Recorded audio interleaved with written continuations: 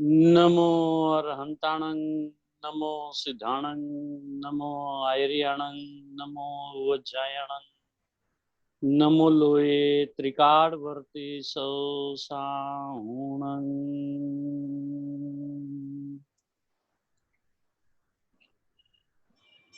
મંગલમ ભગવાન વીરો મંગલમ ગૌતમો ગણી મંગલમ કુંકુંદાર્યો જૈન ધર્મોસ્તુ મંગલમ સર્વ મંગલ્ય માંગલ્યમ સર્વ કલ્યાણકારકમ પ્રધાનમ સર્વ ધર્માણમ જૈનમ જયતુ શાસનમ.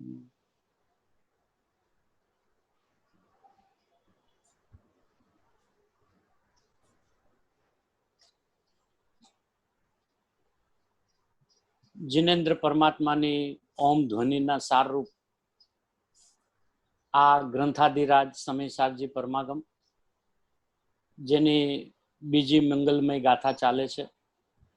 બીજી ગાથા ઉપર પૂજ્ય ગુરુદેવ શ્રીનું સળંગ 10 નંબરનું મંગલમય પ્રવચન, સમયસાર સિદ્ધિ ભાગ 1, પેજ નંબર 96.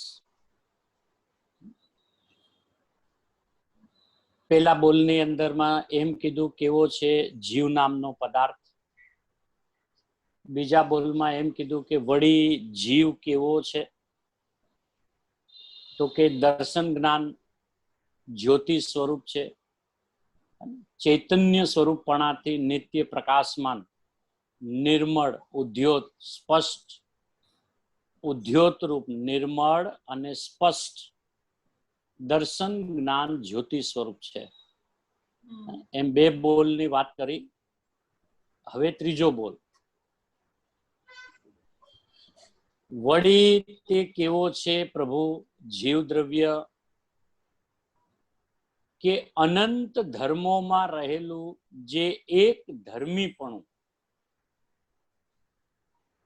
અનંત ગુણોરૂપી ધર્મ, અનંત ગુણોરૂપી ધર્મ એમાં જે રહેલું એક ધર્મીપણું, એટલે દ્રવ્ય એક, અનંત ગુણોમાં, કેમ કે અનંત ધર્મ એવો એક એનો ગુણ છે. અનંત ધર્મ એવો એક એનો ગુણ છે. એથી અનંત ધર્મોમાં રહેલું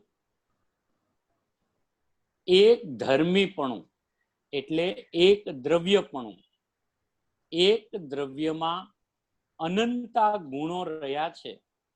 એથી એક રૂપ તે દ્રવ્ય.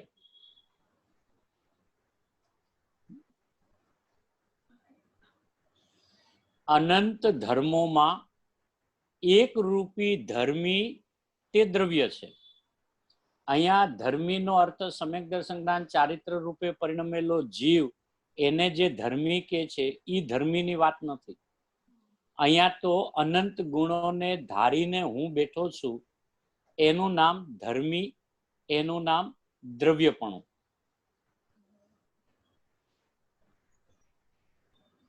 અનંત ધર્મોમાં એક રૂપી ધર્મી તે દ્રવ્ય છે.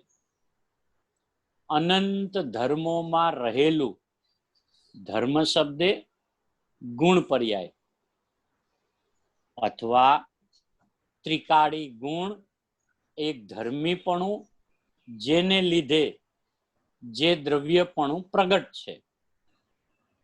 કારણ કે અનંત ધર્મોની એકતા તે દ્રવ્યપણું છે, કોઈ જુદી ચીજ નથી.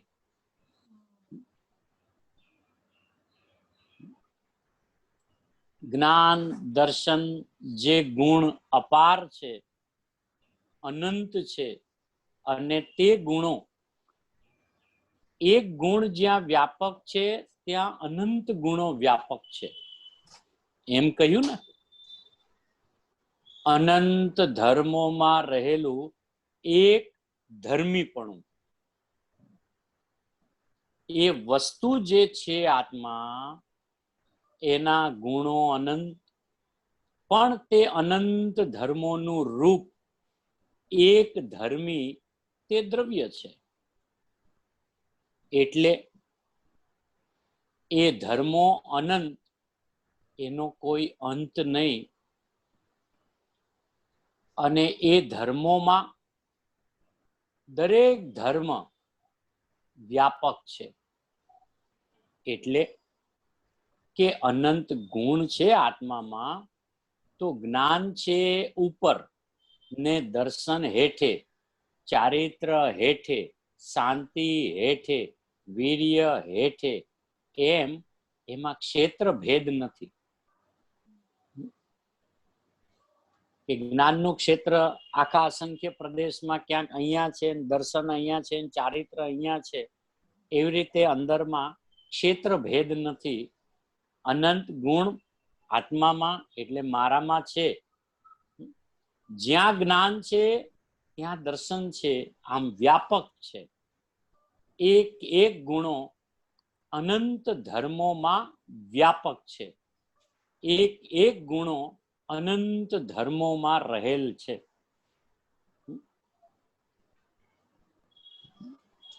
હવે આ આપણું બીજું અંદરનું વિશ્વ એટલે કે અંદરનું આપણું સ્વરૂપ જે છે, હવે એને ખોલીને બતાવે છે. કે પહેલી વાતમાં એમ કીધું કે કેવો છે જીવ નામનો પદાર્થ, તો ત્યાં ઉત્પાદ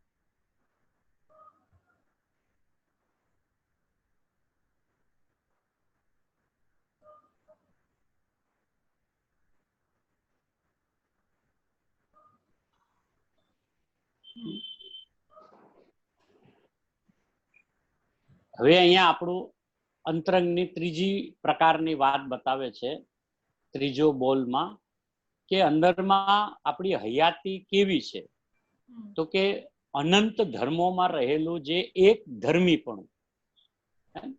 હવે આપણને ધર્મી પણ કહેવાય, આપણને દ્રવ્ય પણ કહેવાય, આપણને પદાર્થ પણ કહેવાય, આપણને વસ્તુ પણ કહેવાય.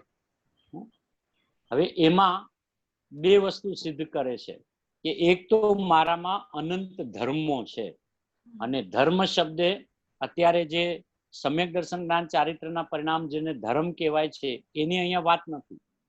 અહીંયા ધર્મ શબ્દે ગુણ પર્યાયને ધર્મ કહે છે. તો મારામાં અનંતા ગુણો છે, અને અનંતી પર્યાયોને મેં ધારી રાખી છે, એટલે મારું નામ ધર્મી છે. એ સંદર્ભમાં અહીંયા કહે છે કે અનંત ધર્મોમાં રહેલું જે એક ધર્મીપણું, એટલે એ અનંત જે ગુણ છે આપણા, એને એક તાતણે જેને બાંધીને રાખ્યા છે, એનું નામ છે ધર્મી. કે જે એક પદાર્થની અંદરમાં અનંત ગુણો અંદરમાં ગુંથાયેલા તત્વ તરીકે છે. એક ગુણ જ્યાં છે એ જ ક્ષેત્રે બીજા અનંત ગુણો ત્યાં ને ત્યાં એ જ ક્ષેત્રે રહેલા છે. એવા અનંત ધર્મોનો ધરનારો હું છું, એવો હું એક ધર્મી છું. એક શબ્દ શું કામે મૂક્યો કે અનંત ધર્મો કીધા, તો અનંત ધર્મો તો ધર્મી પણ અનંત, કે એમ નહીં, ધર્મી એક અને ધર્મ અનંત. એટલે એક શબ્દ એટલે મૂક્યો છે કે અનંત ધર્મોમાં રહેલું જે એક ધર્મીપણું. અવાજ આવે છે ને? એક ધર્મીપણું શું કામે મૂક્યું કે ધર્મો અનંત છે તો ધર્મી પણ અનંત જ હશે કે એમ નહીં. ધર્મી તરીકે મારી સત્તા જે છે એ એક છે અને એક એવો હું છું કે મારામાં અનંત ધર્મો છે. અને અહીંયા ધર્મ શબ્દે ગુણને ધર્મ કીધો અને પર્યાયને પણ ધર્મ કીધો. અહીંયા ઉપર ગુરુદેવે કીધું ને અનંત ધર્મોમાં રહેલું, ધર્મ શબ્દે ગુણને પર્યાય.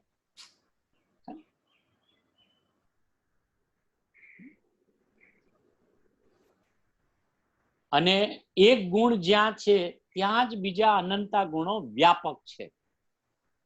ત્યાં અનંતા ગુણો વ્યાપક છે.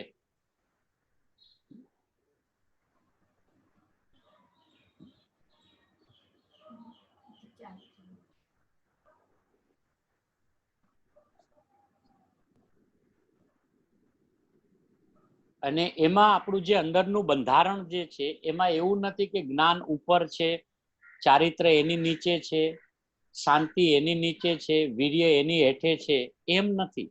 એટલે ક્ષેત્ર ભેદ નથી. અસંખ્ય પ્રદેશે અનંત ગુણો છે તો અનંતા ગુણોનું ક્ષેત્ર એક જ છે. એટલે એક ક્ષેત્રે એક ગુણ છે, બીજા ક્ષેત્રે બીજો ગુણ છે એમ નહીં. ક્ષેત્ર એક જ અને ગુણ અનંત. અને એમાં એ અનંત ગુણોને મેં ધારી રાખ્યા છે તો હું એક છું. એટલે એક ધર્મી પણ. ધર્મી અનંત નહીં, ધર્મો અનંત. ધર્મી તરીકે હું એક જ. એટલે દ્રવ્ય તરીકે આપણી સત્તા એક, ગુણ તરીકે અનંત અને પર્યાયો અનંતી અનંત. એમ ગુણ અને પર્યાયને અહીંયા ધર્મ શબ્દે કહે છે. એટલે આ ન્યાયે આપણે વર્તમાનમાં ધર્મી છીએ. કે આપણને ધર્મી ન કહેવાય કે કહેવાય આ રીતે ધર્મી કહેવાય.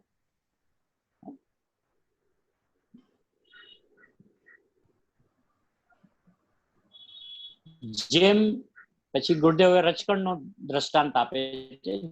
જેમ આ રચકણો છે, ઉપરનું રચકણ તે નીચલા રચકણની હારે નથી, નીચલું ઉપરની હારે નથી, એમ આત્મામાં નથી. આત્મામાં અનંત ગુણો, એમાં એક ગુણ ઉપર છે ને પછી છે ને પછી છે, એમ અનંત ગુણોનો આમ પિંડ છે એમ નથી.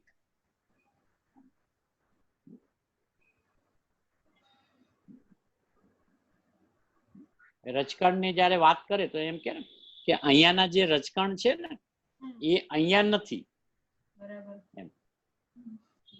એવી રીતે અહીંયા જ્ઞાન ગુણ છે, અહીંયા દર્શન ગુણ છે, એવી રીતે આત્મામાં એમ નથી. અહીંયા તો અનંત રચકણનો આ પિંડ છે ને, એમ તો અહીંયા તો એક એક એક એક રચકણ જુદા જુદા છે. પણ આમાં આપણામાં કેવું છે કે અનંત ગુણનો પિંડ હું છું. તો મારામાં કોઈ ગુણ ઉપર, કોઈ ગુણ નીચે, કોઈ ગુણ વચ્ચે એવી રીતે નથી. એક એક ગુણ સર્વ ગુણમાં વ્યાપક છે. જેમ કેરીમાં રંગથી દેખો તો સારી એટલે કે આખી કેરી વ્યાપક છે, ગંધથી દેખો તો આખી કેરી ગંધમય વ્યાપક છે, રસથી દેખો તો આખી કેરી રસથી વ્યાપક છે, ને સ્પર્શથી દેખો તો આખી કેરી સ્પર્શમય વ્યાપક છે. એમ નથી કે કેરીનો રસ છે એ ઉપર રહે છે ને ગંધ છે તે હેઠે છે ને સ્પર્શ હેઠે છે, એમ ભાગ નથી. જ્યાં રસ છે, જ્યાં સ્પર્શ છે, જ્યાં ગંધ છે, જ્યાં વર્ણ છે, ત્યાં જ આખે આખું દ્રવ્ય પથરાયેલું છે.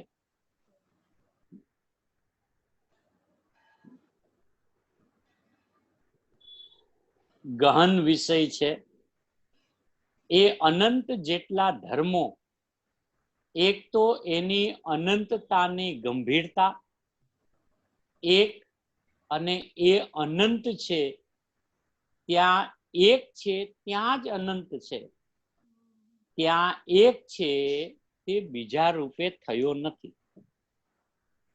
હવે આ કેવી ગંભીરતા અને કેવી ગહન વિષય છે ગુરુદેવ કે એક તો ધર્મી તરીકે હું એક, ગુણ મારામાં અનંત, અને બધા વ્યાપક છે ધર્મીમાં,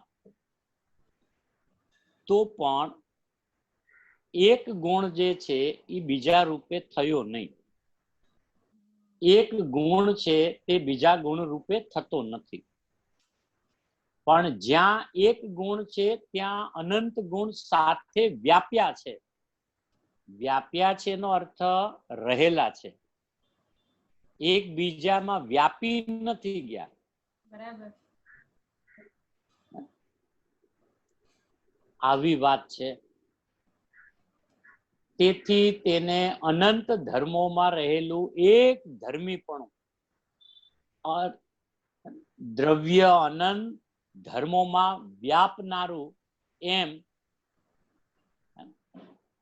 દ્રવ્ય અનંત ધર્મોમાં વ્યાપનારું એમ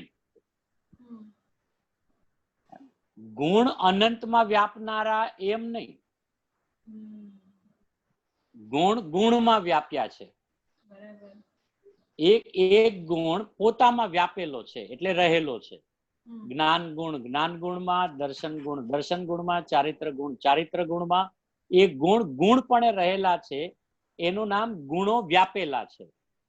હવે જેવી રીતે ગુણો વ્યાપેલા છે એવી રીતે દ્રવ્યનું નથી. દ્રવ્ય અનંત ગુણમાં વ્યાપેલું છે.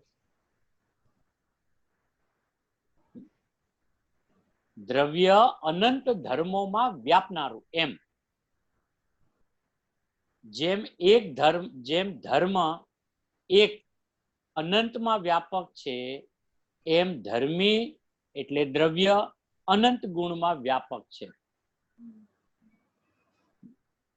હવે અહીંયા એમ કીધું ને, જેમ ધર્મ એક અનંતમાં વ્યાપક છે, એમ ધર્મી દ્રવ્ય અનંત ગુણમાં વ્યાપક છે. હવે અહીંયા ધર્મ શબ્દ પર્યાયવાચક છે.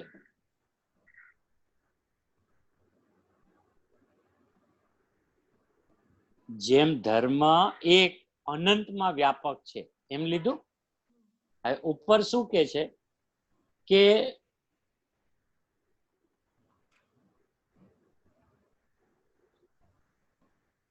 ત્યાં એક છે તે બીજા રૂપે થયો નથી. પહેલી લાઈન, બીજી લાઈનમાં ઉપર અનંત જેટલા ધર્મો, એક તો એની અનંતતાની ગંભીરતા, એક અને અનંત છે. એક એટલે દ્રવ્ય અને અનંત એટલે ગુણ. ત્યાં એક છે ત્યાં જ અનંત છે. ત્યાં એક છે તે બીજા રૂપે થયો નથી એમ લીધું ઉપર. તો ત્યાં એક છે તે બીજા રૂપે થયો નથી એટલે ગુણની વાત છે. એક છે એ આપણા દ્રવ્યની વાત છે. હવે જ્યાં એક એટલે હું આખો અસંખ્ય પ્રદેશમાં ફેલાયેલો છું, તો ત્યાં જ અનંતતા ગુણો રહેલા છે. પણ અનંતા ગુણોમાં કેવું છે કે એક ગુણ બીજા રૂપે થયો નથી, ત્યારે અનંતતા સિદ્ધ થાય.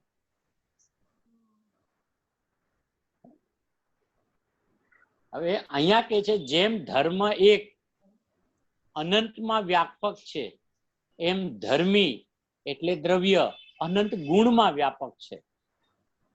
હવે જેમ ધર્મ એક અનંતમાં વ્યાપક છે એટલે શું કે અનંત ગુણો જે છે એમાં અનંતી પર્યાયો છે.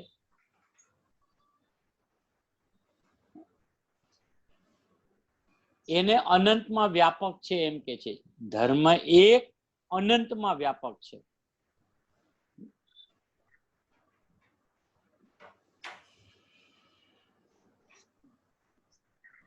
હવે જ્ઞાન ગુણ જે છે એ કઈ દર્શન ગુણમાં વ્યાપેલો નથી.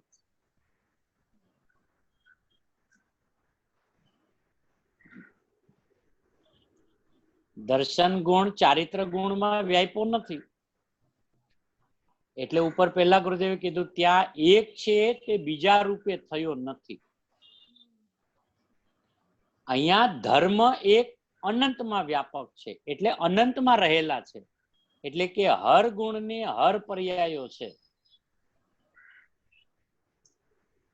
એમ ધર્મી દ્રવ્ય તરીકે અનંત ગુણમાં વ્યાપક છે. અનંત ધર્મોમાં રહેલું એક ધર્મીપણું, તેને લીધે જેને દ્રવ્યપણું પ્રગટ છે. વસ્તુ તે પ્રગટ છે, કારણ કે અનંત ધર્મોની એકતા તે દ્રવ્યપણું છે, એ ખુલાસો કર્યો.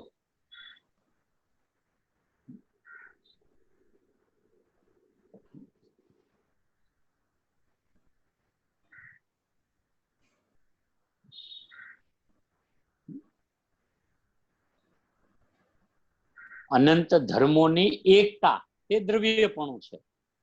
અને એકતાનો અર્થ કે એક દ્રવ્યમાં અનંતા ગુણો રહેલા છે, એક સમયમાં એક સાથે, એને એકતા કહે છે. અને ઈ અનંત ગુણોની એકતા વાળું જે હોવાપણું છે એને દ્રવ્ય કહે છે.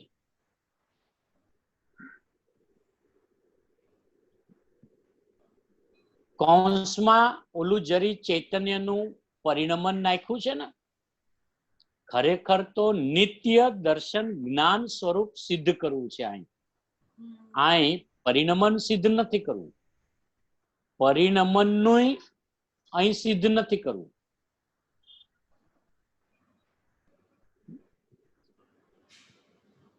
એટલે શું કહે છે ગુરુદેવ કે દ્રવ્ય તરીકે આપણી જે પ્રથમ હયાતી જે છે, હોવાપણું જે છે, એ નિત્ય દર્શન જ્ઞાન સ્વરૂપ છે. બરાબર. એવી રીતે પરિણમનમાં દર્શન જ્ઞાન ચારિત્રનું પરિણમન થાય છે પરિણામની અંદરમાં. ઈ અહીંયા અત્યારે વાત નથી લેવી એમ. એટલે કે જે અહીં પરિણમન સિદ્ધ નથી કરવું, પરિણમનનું અહીં સિદ્ધ નથી કરવું. હવે પરિણમનનું એટલે કે પરિણમનમાં પણ દર્શન જ્ઞાન ચારિત્ર રૂપે પરિણમન થાય છે ને, એને અહીંયા અત્યારે સિદ્ધ નથી કરવું. અહીં તો વસ્તુ આવી છે, બસ એટલું. એટલે હું આવો છું, બસ એટલું. ઈ પછી સ્થિત કેમ થાય ઈ પછી પરિણમનની દશા એ પછી કહેશે. જે આ કૌંસમાં છે ને, કારણ કે ચૈતન્યનું પરિણમન દર્શન જ્ઞાન સ્વરૂપ છે, ઈ ત્યાં મેળ ખાતો નથી.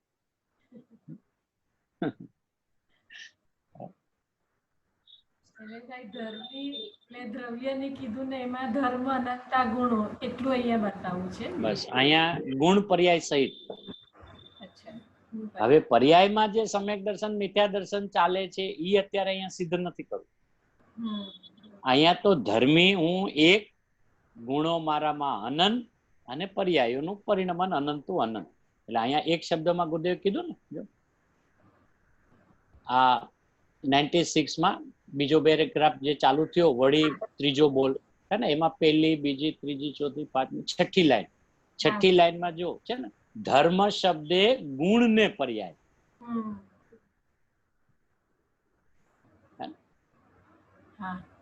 કેમ કે ગુણ પર્યાય બંને પદાર્થનો ધર્મ છે. એ અર્થમાં અત્યારે એને ધર્મ શબ્દથી સમજાવે છે. અને એ બંનેને જેને ધારી રાખ્યા છે એને ધર્મી કે છે. તો ધર્મી જે છે મૂળ વસ્તુ, એ તો ગુણોમાં પણ વ્યાપેલો હોય અને પર્યાયમાં પણ વ્યાપેલો. પણ અહીંયા અત્યારે ઓલું ચૈતન્યનું પરિણમન કે સમ્યક દર્શન જ્ઞાન વાળું પરિણમન કે શેમાં સ્થિત થાય છે પરિણમનની દશા, એ અત્યારે હમણાં નથી કેવું, એ પછી કે છે. અહીં તો વસ્તુ આવી છે, બસ એટલું. એટલે હવે એ આપણી જવાબદારી છે કે અહીંયા પેલા સિદ્ધિ કોની કરે છે, હે ને. પછી હારે હારે આપણે પર્યાયનું પરિણમન પણ ભેગું લેવા માંડીએ કે હા અચ્છા આ રીતે આપણું દર્શન જ્ઞાન તો અત્યારે ચાલુ, એમ વાત નથી. અત્યારે તો હું વસ્તુ તરીકે આવું છું.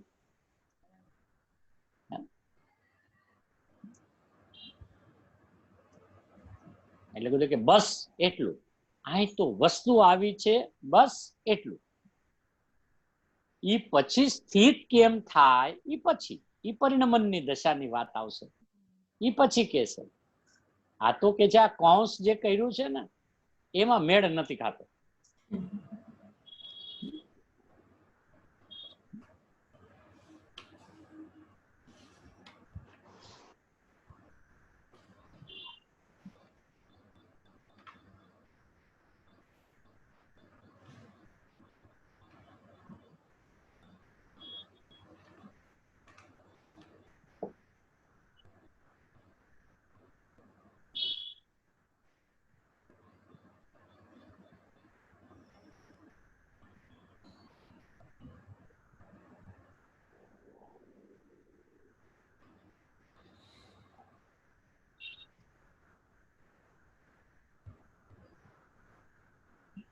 કૌંસ આગળના બોલમાં છે ભાઈ.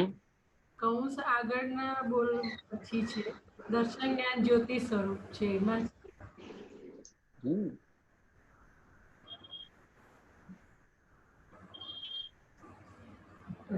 એ આગળનો બોલ જે લીધો ને, વળી જીવ કેવો છે એમ. દર્શન જ્ઞાન જ્યોતિ સ્વરૂપ છે એમ.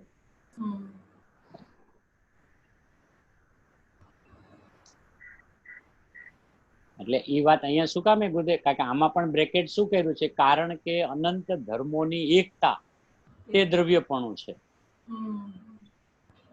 આ બોલમાં બ્રેકેટ કર્યું છે ને.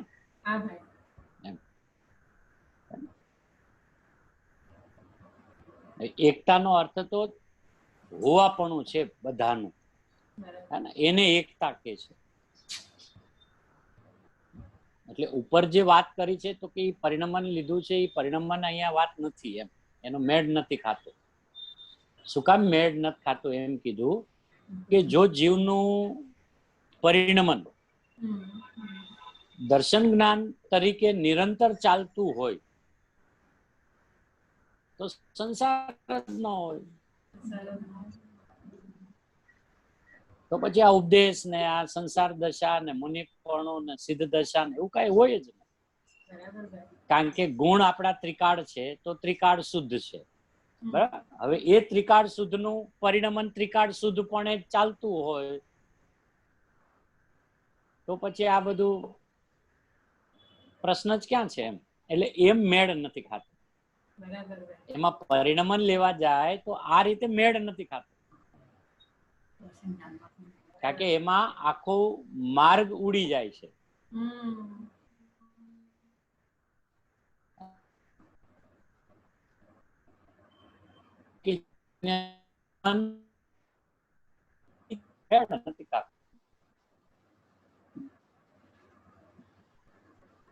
નિત્ય દર્શન જ્ઞાન સ્વરૂપ છું એમ કયો એ બરાબર છે.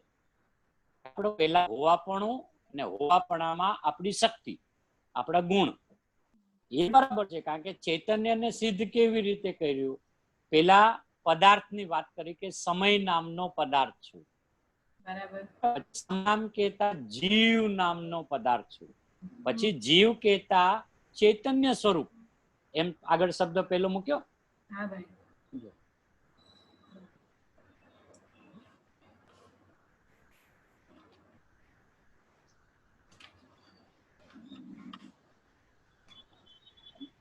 ચૈતન્ય સ્વરૂપણાથી નિત્ય ઉદ્યોતરૂપ નિર્મળ સ્પષ્ટ દર્શન જ્ઞાન જ્યોતિ સ્વરૂપ છે. એટલે હવે આપણું પેલા અસ્તિત્વ સિદ્ધ કર્યું કે હું એક સમય છું, હે ને. તો મને સમય શું કામે કીધો, તો પેલા એની વાત કરી કે યુગપદ જાણવું ને પરિણમવું એવી બે ક્રિયા એકત્વ પૂર્વક એક જ સમયમાં કરે છે. એમાં હું જીવ નામનો પદાર્થ છું. પછી કે છે કે જે પદાર્થ છે એની હજી અંદરની શું અંદરની સ્વાભાવિક વ્યવસ્થા છે, તો કે ઉત્પાદવે દ્રવ્યની એકતા રૂપ અનુભૂતિ જેનું લક્ષણ છે એવી સત્તાથી સહિત છું. હજી અહીંયા સુધી વાત કરે ને, અહીંયા સુધી ત્યાં સુધી શું થાય છે કે હજી લક્ષણો બતાવ્યા કરે છે. ઉત્પાદવે દ્રવ્ય, તો ઉત્પાદવે દ્રવ્યમાં જીવ સિદ્ધ ન થાય. કેમ કે ઉત્પાદ વ્યય ને દ્રવ્ય એટલે ઉત્પાદ વ્યયમાં ઉપજવું ને વિલસવું અને ધ્રુવમાં ટકવું. પણ શું, કોણ, શું ને કોણ, એમ આ તો એક ક્રિયાવાચક કોઈ વસ્તુ છે, હે ને. લક્ષણ એક પ્રકારનું છે કે પદાર્થનું આવું લક્ષણ છે, હે ને. તો જેમ આમાં આવ્યું કે ઉત્પાદ વ્યય ધ્રુવ યુક્તમ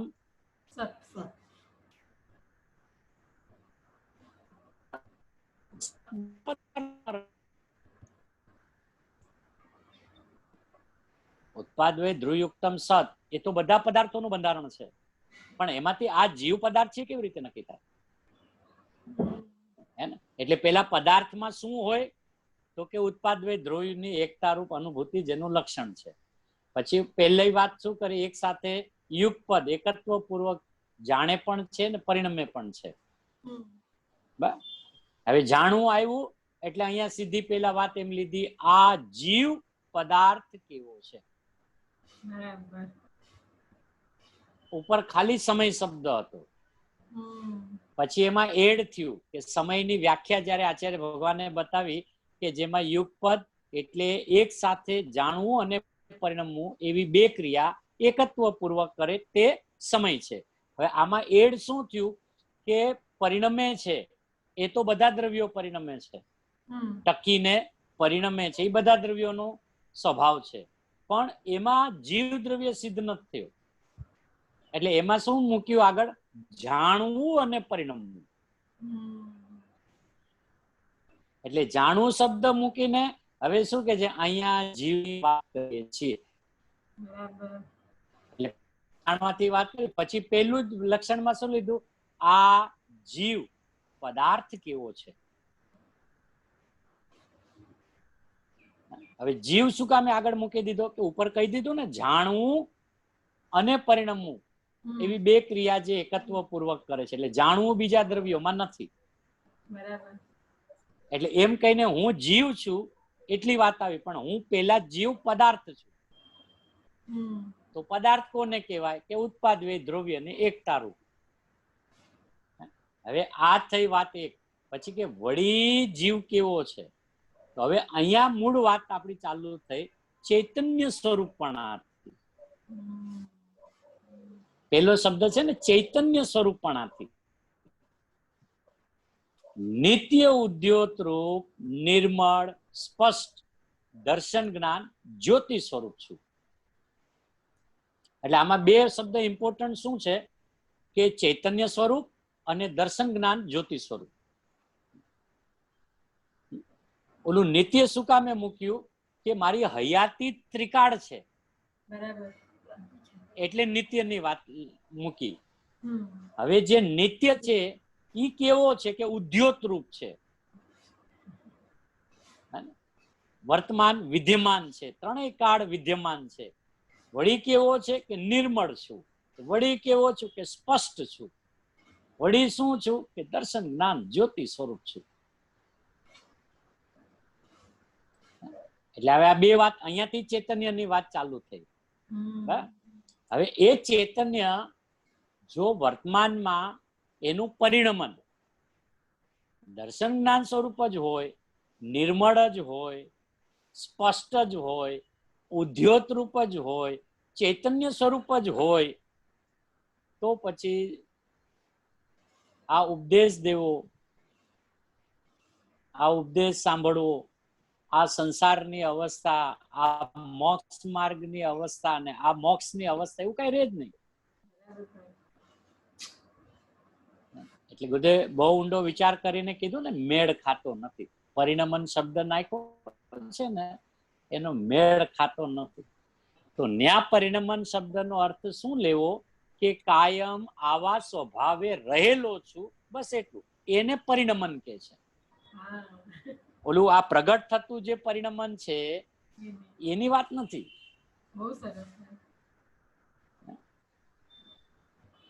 એટલે અહીંયા એટલે બધું કે એ રીતે મેળ ખાતો નથી.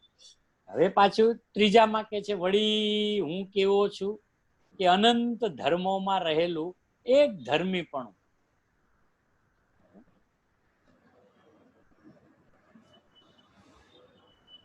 એટલે મારામાં ધર્મો અનંત છે, પણ ધર્મી તરીકે હું એક છું. હે ને? ધર્મો અનંત છે એટલે ધર્મી પણ અનંત છે એમ નહીં. તો ધર્મી એ બધાને ધારી રાખ્યા છે. અનંત ગુણોને, અનંતી પર્યાયોને ધારી રાખી છે. હવે જેને ધારી રાખી છે એ બધામાં વ્યાપેલો છે કે નહીં? જેને ધારી રાખ્યો એ બધામાં વ્યાપેલો છે ને, પ્રસરેલો છે, રહેલો છે એમ. બરાબર. પછી કે છે કે હવે ક્ષેત્રથી વાત કરે છે કે અનંત ધર્મો છે, તો પ્રભુ તમે તો અસંખ્ય પ્રદેશી છો, તો તમે અસંખ્ય પ્રદેશીમાં અનંત ધર્મોને કેવી રીતે ધારી શકો? એટલે ક્ષેત્રની વાત લીધી ને ગુરુદેવ કીધું, ક્ષેત્ર શબ્દ વાપરો. હવે હા, ક્ષેત્ર શબ્દ છે ને,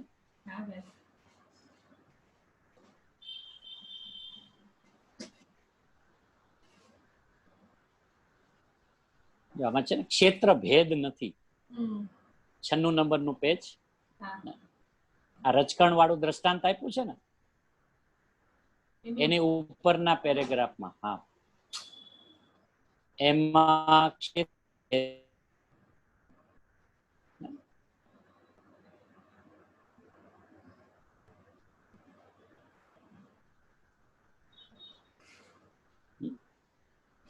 એમાં ક્ષેત્ર ભેદ નથી.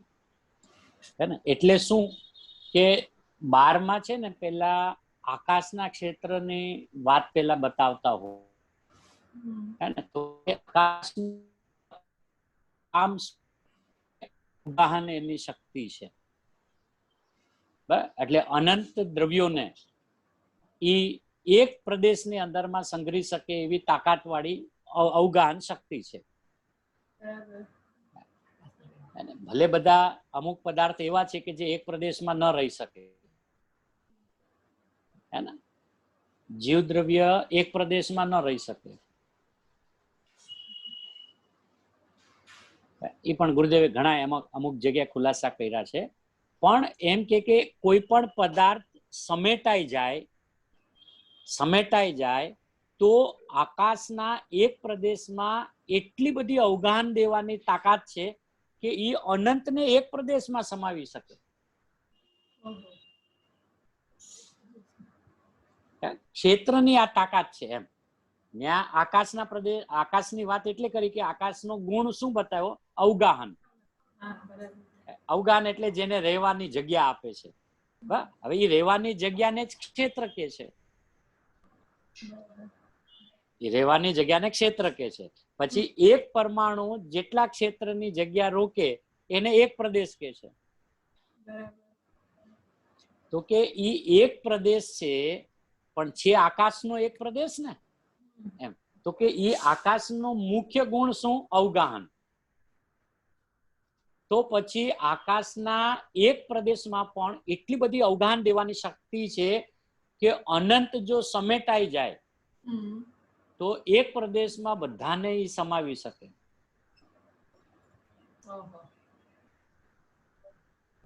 એમ.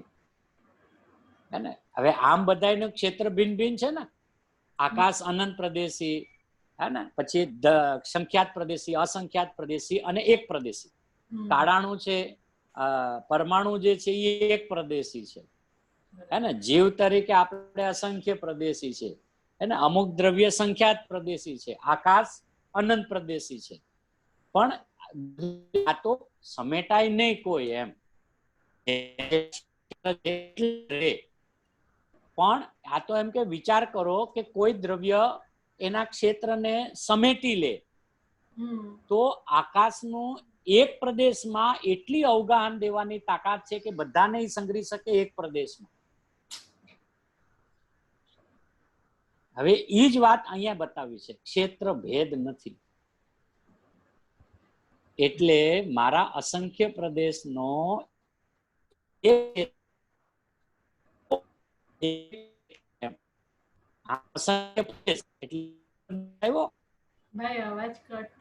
એક પ્રદેશમાં તમારો અવાજ વચ્ચે વચ્ચે કટ થઈ જાય છે.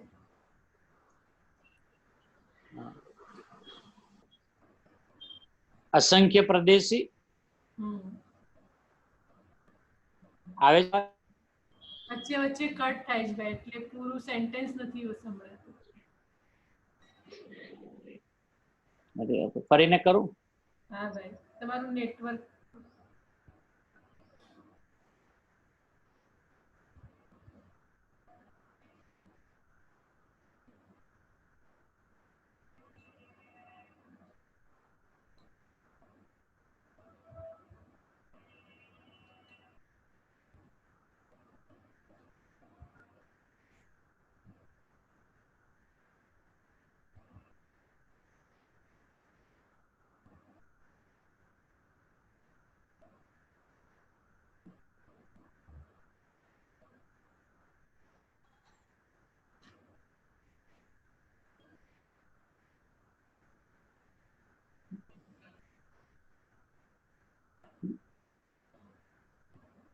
હવે અહીંયા ક્ષેત્ર ભેદ નથી એમ વાત આવી ને, હમ આવે છે હવે અવાજ બરાબર? હા હા હા ભાઈ. તો હવે ક્ષેત્ર ભેદ નથી, તો હવે કોઈને એવું થાય કે અસંખ્ય પ્રદેશી આત્મા અને ગુણો અનંત કેવી રીતે શક્ય છે? કે બાપુ આકાશના પ્રદેશથી પેલા એક્ઝામ્પલ આપે છે, દ્રષ્ટાંત આપે છે કે આકાશના પ્રદેશમાં અવગાન દેવાની એટલી શક્તિ છે કે એનો એક પ્રદેશમાં એ અનંતા દ્રવ્યોને સંગ્રહી શકે એવી એની તાકાત છે. ન સંગ્રહાય એ વસ્તુ જુદી છે, નથી આવતા એ વસ્તુ જુદી છે, પણ બધા અનંત દ્રવ્યો જો સમેટાઈ જાય તો એક પ્રદેશ અવગાહન આપી શકે એવી આકાશમાં તાકાત છે, અવગાન શક્તિની. હવે આપણામાં અસંખ્ય પ્રદેશ ને ગુણ અનંત, અસંખ્ય પ્રદેશ ને અસંખ્ય ગુણ હોત ને તો મેચિંગ છે, પણ સાહેબ પ્રદેશ અસંખ્ય ને ગુણ અનંત, અને એ પણ અનંત નહીં, અનંતા અનંતા અનંતા અનંતા અનંતા અનંત, કેવી રીતે રહેતા હશે? એટલે ગુરુદેવ કે છે ક્ષેત્ર ભેદ નથી. એટલે જે ક્ષેત્રે એક ગુણ રહેલો છે ને એ જ ક્ષેત્રે અનંતા ગુણો રહી શકે છે, એવી તો મારામાં મારા ક્ષેત્ર નહીં, એટલે કે મારા પ્રદેશમાં તાકાત છે કે હું મારા અનંતા ગુણોને એક પ્રદેશમાં સંગ્રહી શકું છું. ઓલો આકાશ ભલે એનો તો અનંત પ્રદેશ છે, હું ભલે અસંખ્ય પ્રદેશી છું, પણ મારા એક પ્રદેશમાં એવી અનંતી તાકાત છે કે અનંતા ગુણોને એક પ્રદેશ સંગ્રહી લે છે. એટલે એને ગુણોને વિખરાઈ જવાની જરૂર નથી, નહીતર શું થાય, ગુણો વિખરાઈ જાય. જ્ઞાન અહીંયા પડ્યું હોય, દર્શન પાછું અહીંયા પડ્યું હોય, ચારિત્ર આ બાજુ પડ્યું હોય, અને શાંતિ પગ આગળ પડી હોય, તો કે વિખરાતા કેમ નથી? આખું ગૂંથાયેલું તત્વ કેવી રીતે છે? કે બાપુ હજી તારા અસંખ્ય પ્રદેશ તું બોલે છે ને, પણ અસંખ્ય પ્રદેશની હજી અંદરનો વિસ્તાર ખબર નથી કે કેવી રીતે અનંત ગુણોને હું સંગ્રહીને બેઠો છું. એટલે બધે કે એક ગુણ જ્યાં છે ત્યાં જ અનંત ગુણ છે. હવે જ્યાં છે એમ કીધું એટલે પ્રદેશની વાત થઈ ગઈ, ક્ષેત્રની વાત થઈ ગઈ. બરાબર. તો કે ક્યાં છે? કે ભાઈ ગમે ત્યાં તું મારા અસંખ્ય પ્રદેશમાં કોઈ પણ પ્રદેશ ઉપર તું નજર કરી લે એટલે તને હર પ્રદેશ ઉપર અનંત ગુણો જ દેખાશે. એટલે બધે કે ક્ષેત્ર ભેદ નથી. નહીતર શું થાય, આખું તત્વ જે ગૂંથાયેલું છે ને એ ગૂંથાયેલું ન રહે, પછી ઓલી માળા જેવું થઈ જાય, એક પછી એક પછી એક, એક પછી એક આવે. એટલે ગુરુદેવ આગળ કીધું ને કે જ્ઞાન ગુણ ઉપર રહે છે ને શ્રદ્ધા હેઠે રહે છે ને શાંતિ હેઠે રહે છે, એમ નથી. એટલે જે અંદર જાય એને આશ્ચર્ય કેમ લાગે છે, અદ્ભુતતા કેમ લાગે છે, વિસ્મયતા કેમ લાગે છે? ઓહો, આવો ચૈતન્ય ધારી હું, એક પ્રદેશમાં આનંદ ગુણ, અને ઈ પ્રદેશ ને મેં ધારી રાખ્યા છે. એટલે આમ તો વાંચીને કહી દીધું કે આત્મા કેવડો? કે અસંખ્ય પ્રદેશી. બાપુ અસંખ્ય પ્રદેશમાં અનંત ગુણ કેવી રીતે રહે? એક એક પ્રદેશના ભાગે એક એક ગુણ આવે તો અસંખ્ય થાય.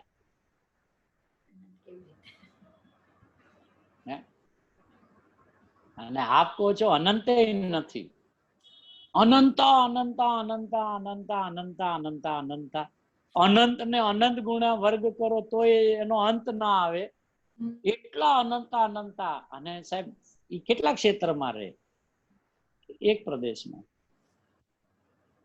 કે છે એવી કોઈ જગતમાં બીજી વસ્તુ કે જેમાં આવી કોઈ સામર્થ્યતા હોય કે બતાવો તને? લે આકાશ પ્રદેશ, તને તારો વિશ્વાસ નથી આવતો ને, તને આકાશનો પ્રદેશ બતાવો. કે આકાશનું મુખ્ય લક્ષણ ગુણ શું? અવગાહન દેવું. અવગાહન દેવું એટલે જગ્યા દેવી. અને જગ્યા કયો એટલે ક્ષેત્ર થયું. બરાબર. કે એની શું તાકાત છે? અવગાહનની શક્તિની શું તાકાત? કે અનંત દ્રવ્યોને એક પ્રદેશમાં સમાવી લે. કે પૂતગલમાં જો આવી તાકાત હોય, બાપુ હું તો ચૈતન્ય છું. બરાબર. એને આકાશનું માપ હું કાઢી લઉં તો મારી શક્તિની માપતા શું? બે હદતા અપરિમિતતા. તમ ફાટે ને અંદરથી. હા આવડો મોટો હું. અત્યાર સુધી ખાલી વાંચ્યું હતું કે અસંખ્ય પ્રદેશી આત્મા છે, પણ અસંખ્ય પ્રદેશ કહેતા શું? અને અનંત ગુણાત્મક હું છું, તો અનંત ગુણો ક્યાં રહેલા છે? કઈ રીતે રહેલા છે? શા માટે આખું તત્વ જે છે એ ગૂંથાયેલું તત્વ છે? એમ શબ્દ પ્રયોગ શું કામ આવ્યો? બેનમાં આપણે કાલે વાંચ્યું હતું ને, આત્માનું તત્વ ગૂંથાયેલું છે. પેજ નંબર કેશો? 96 પેજ નંબર ચાલે. 96.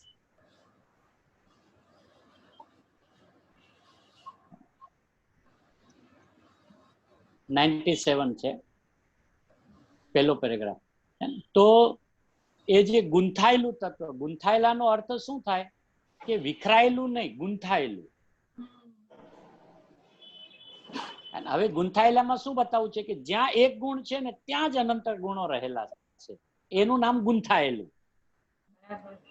અને વિખરાયેલું એટલે શું? કે એક ગુણ અહીંયા હોય, બીજો બાજુમાં હોય, એની બાજુમાં ત્રીજો, ચોથો, પાંચમો એમ હોય તો વિખરાયેલા ગુણો કહેવાય. આમ બે શું છે? આમ લાવે.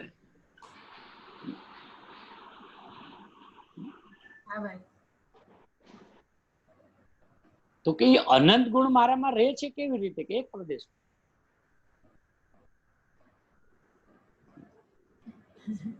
એટલે પછી આગળ ક્યાંક એમ કે ને કે અસંખ્ય પ્રદેશી એવો એક પ્રદેશી. બરાબર. તો એમ શું કામ કીધું? કે તને કદાચ અસંખ્ય પ્રદેશ કહેતા વિકલ્પ આવતો ઉઠતો હોય કે ઓહો અસંખ્ય પ્રદેશ છે એટલે એક નથી, એમ એક થી વધારેના તને વિકલ્પ આવતા હોય તો એ વિકલ્પને માત્ર સમાવા એમ કીધું કે અનંત પ્રદેશી એવો એક પ્રદેશી. પણ છું તો અસંખ્ય પ્રદેશી જ, એક પ્રદેશી છું જ નહીં. એક પ્રદેશી તો પરમાણુ છે. તો સાહેબ તમે અસંખ્ય પ્રદેશી એવો એક પ્રદેશી શું કામ કહી? કે તને વિકલ્પ અસંખ્યના ઉઠે છે એટલે તારા માટે કહું છું. અચ્છા, હવે અસંખ્ય પ્રદેશી એવો એક પ્રદેશી, તો એનો અર્થ શું થઈ ગયો? કે અનંતા અનંતા ગુણો જે છે એ બધા એક પ્રદેશમાં આવી ગયા ને. હવે જ્યાં એક પ્રદેશમાં અનંતા અનંતા અનંતા ગુણો આવી ગયા અને એ દ્રષ્ટિમાં આવી ગયા એટલે ફટ દઈને નિર્વિકલ્પતા થઈ ગઈ ને. અને એ નિર્વિકલ્પતા થતા ફટ દઈને ખબર પડી છું અસંખ્ય પ્રદેશી. પણ મને ઓલા પૂર્વમાં અસંખ્ય પ્રદેશી કહેતા અસંખ્ય એમ જે સંખ્યા આવી ને એટલે મને એમાં ભેદ દેખાતો. અહીંયા છું, અહીંયા છું, અહીંયા છું, અહીંયા છું એમ. આચાર્ય કે આટલા માટે તને અસંખ્ય પ્રદેશી નથી કીધું. અસંખ્ય પ્રદેશી હોય એક પ્રદેશી, તો એક પ્રદેશી હું કઈ છું નહીં. એ તો વિકલ્પ તોડવા માટે કીધું, જેને વિકલ્પ ઉઠતા હોય એના માટે છે. પછી હવે એનો વિકલ્પ તૂટે કેવી રીતે? કે હવે હું અસંખ્ય પ્રદેશી નથી, હું તો એક પ્રદેશી છું. કે ચલ તારા એક પ્રદેશી તું છે એમાં તને શું ખ્યાલ આવે છે? તારા અનંતા ગુણો તું ક્યાં સંગ્રહીશ? તેને એક પ્રદેશમાં જ લેવા પડે ને. કે અનંતા અનંતા આપણા ગુણો. બાપુ તું એક પ્રદેશી છે તો તારા અનંતા અનંતા ગુણો ક્યાં સંગ્રહીશ? કે એક પ્રદેશમાં. તો એ તો કહીએ છીએ ક્ષેત્ર ભેદ નથી, એ તો પેલા કીધું. એટલે ભાઈ મારા એકરૂપપણા ને એક પ્રદેશી કયો ને? હા, એટલે એમ નથી કીધો, હું તો અસંખ્ય પ્રદેશી જ. હા, પણ મારું એકરૂપપણું જે છે કે હું એકરૂપ તો બધું છે, એમ નથી વાત. હા, તો એકરૂપ તો છીએ જ આપણે. હા આ તો કોઈને અસંખ્ય પ્રદેશ સાંભળતા વિકલ્પ ઉત્પન્ન થતો હોય. જુદા જુદા પ્રદેશો દેખાતા. હા, બધા અલગ અલગ દેખાતું હોય કે અહીંયા છું ને આમ છું, માથાથી નખથી બરાબર. શીખ સુધી છું એમ. તો બરાબર. એમ કહેતા તો કે એવો નથી, હું તો એક પ્રદેશી છું. હા, એ બરાબર. ઓલા વિકલ્પને તોડવા માટે. હા. એનો પાછો કોઈ એક અર્થ એવો ગ્રહણ કરી લે કે નહીં નહીં આપણે અસંખ્ય પ્રદેશી છીએ જ નહીં, આચાર્ય તો અસંખ્ય પ્રદેશી એવો એક પ્રદેશી કીધો છે. એમ નથી, બરાબર. તું તો અસંખ્ય પ્રદેશી જ. બરાબર ભાઈ. બહુ સરસ ભાઈ. પણ હવે ઈ વિકલ્પ જેને તોડવો હોય તો શું કે અસંખ્ય પ્રદેશી એવો એક પ્રદેશ. હવે તું એક પ્રદેશી છે તો તને હવે વિકલ્પ નહીં ઉઠે ને. જેમ આમાં હું એક છું તો વિકલ્પ નથી ઉઠતો, પણ અનંત જ્યાં આવ્યા ત્યાં વિકલ્પ ઉઠવાનું ચાલુ થયા ને. બરાબર. હું એક છું તો પછી હવે તમે વિકલ્પ કરો કે આમાં શું વિકલ્પ કરું, હું એક છું બસ. પણ તમારામાં અનંત છે એટલે ફટ દઈને વિકલ્પ પેલો ઉભો થયો. અનંત છે એટલે અનંતમાં શું શું છે? એટલે અનંતમાં જ્ઞાન છે, દર્શન છે, ચારિત્ર છે, સુખ છે, પ્રભુતા છે. એમ જે આ હાર માળા ચાલુ થઈ એટલે આને એક પછી એક વિકલ્પો ચાલુ થયા. હા, એક મારામાં જ્ઞાન છે, એક મારામાં દર્શન છે, એક ચારિત્ર છે, એક સુખ છે. હવે એમ જેને અનંત શબ્દ સાંભળતા વિકલ્પ ઉઠે છે તો એને ઈ વિકલ્પને તોડવા શું કીધું ખબર? કે અહીંયા અનંત એટલે ગુણવાચક નહીં, એટલે કે સંખ્યાવાચક નહીં, ભાવવાચક છે. કે અનંત એટલે શું? અંત વગરનો છું, જેનો છેડો નથી. જે ગુરુદેવ એટલું મલાવીને કહેતા જેનો અંત નથી આવતો, જેનો ક્યાંય છેડો નથી. આયલા જાવ તો પછી શું? આમ આયલા જ જાય, આયલા જ જાય, આયલા જાય તો ક્યાંય છેડો દેખાતો નથી, ક્યાંય અંત આવતો નથી. તો કે એનું નામ કે અનંત છે. હવે એને ઓલા અનંતમાં ગુણો અનંત દેખાતા હતા ને વિકલ્પ ઉઠતા હતા. તો કે ઉભો રે, એક અનંત નું તને બીજું વાચ્ય કહું છું કે અનંત એટલે અંત વગરનો છું, આદિ અંત વગરનો છું. ઈ અનંત નું વાચ્ય સમજે ને ઓલા અનંત નું વાચ્ય સમજે, બે માં ફરક છે ને. ઓલામાં સંખ્યાની મુખ્યતા હતી કે જે મારામાં અનંતા ગુણો છે તો એ તો સંખ્યા બતાવી. એટલે કે કોઈ એમ સમજતો હોય કે આત્મા એક છે તો એક છે એટલે ખાલીખમ છે, એને ત્યાંથી ઉપાડવા એમ કીધું ના ના ખાલીખમ નથી, આખો આખો ભરેલો છે. તું તારામાં અનંત અનંત અનંત અનંત અનંત અનંત શક્તિઓ ભરેલી પડી છે, ઠસો ઠસ લબો લબ ભરેલી છે. તો ઓલા જીવને અનંત શક્તિ વાળા બતાવવા માટે એમ કીધું શક્તિઓનું વર્ણન કરવું પડ્યું. હવે જે શક્તિઓનું વર્ણન સાંભળીને અનંતમાં રમવા માંડ્યો, મારામાં એક જ્ઞાન શક્તિ છે, મારામાં એક દર્શન શક્તિ છે, એક ચારિત્ર. ઉભો રે, એવું અનંત નથી કે તું એક છે ને એ કેવો છે? અનંત છે એટલે અંત વગર નથી. તારી આદિ નથી, તારો અંત નથી. તો આ અનંત ભાવવાચક, ઓલો અનંત સંખ્યાવાચક. એમ અસંખ્ય પ્રદેશી ઈ સંખ્યાવાચક, એક પ્રદેશી ભાવવાચક બતાવો છે કે આવ પ્રભુ તું એકમાં આવ. તને પ્રદેશોના વિકલ્પ ઉઠતા હોય તો તું એક પ્રદેશી છે, પણ મને એમ કે તું એક પ્રદેશી જયારે લઈશ તો તારા અનંતા અનંતા ગુણોને તું ક્યાં સંગ્રહીશ? તો એનું જ્ઞાન પછી શું કામ કરે? કે મારા પછી અનંતા અનંતા ગુણો સાહેબ એક પ્રદેશમાં આવી ગયા ને. હું અનંત ગુણાત્મક અને એક પ્રદેશી, તો અનંત ગુણાત્મક તો સિદ્ધ કર્યા. હવે પ્રદેશમાં ખાલી જે વિકલ્પ ઉઠતો હતો અનંત અસંખ્ય ની જગ્યાએ, તો એમાં મેં કીધું નહીં, હું એક પ્રદેશ છું. આપણે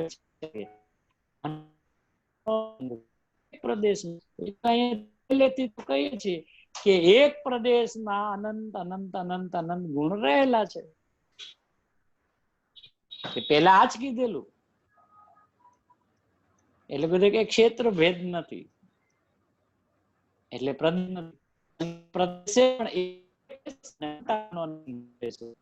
કે કેવી રીતે જોઈ લે ને, આકાશમાં અવગાન નામના પૂતગલમાં, એટલે એમ કે અજળની અંદરમાં જે જળ છે એની અંદરમાં આવી વ્યવસ્થા છે, તો પ્રભુ તું તો ચૈતન્ય છે. આકાશનો અવગાન એક ગુણ આવડો મોટો કે અનંતા દ્રવ્યોને એક પ્રદેશમાં સમાવી લે. નથી રહેતા એ વસ્તુ જુદી છે. ગુરુદેવ કે ન આવે એ વસ્તુ અત્યારે વિચાર ના, આ તો એમ કે એની તાકાત આપણે માપવી છે કે એ એક પ્રદેશની તાકાત કેટલી, કે જે ગુણ જેનો હોય ને એની ગુણની મર્યાદા ન હોય, એની શક્તિની મર્યાદા ન હોય. કે ભલે નહીં જળ હો પણ એની શક્તિની મર્યાદા ન હોય, અમર્યાદિત શક્તિ એના.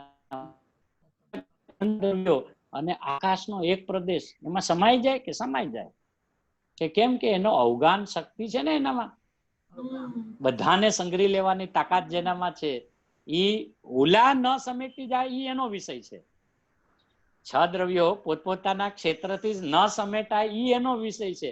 પણ જો કદાચ કાલે ઈ બધા સમેટાઈ જાય તો મારા તો એક પ્રદેશમાં અનંતને સંગ્રહી શકવાની મારી અવગાન શક્તિની તાકાત છે. હવે એના અવગાનની આવી તાકાત છે એ તો હું જાણું, તો મારી તાકાત કેવી, હું કેવડો? તો કે તું બાપુ એક દ્રવ્ય તરીકે ગુણો અનંત અને ક્ષેત્ર કે અસંખ્ય. પણ સાહેબ હવે અસંખ્ય પ્રદેશમાં પ્રશ્ન પ્રભુ એ છે અનંત ગુણો કેવી રીતે રહે?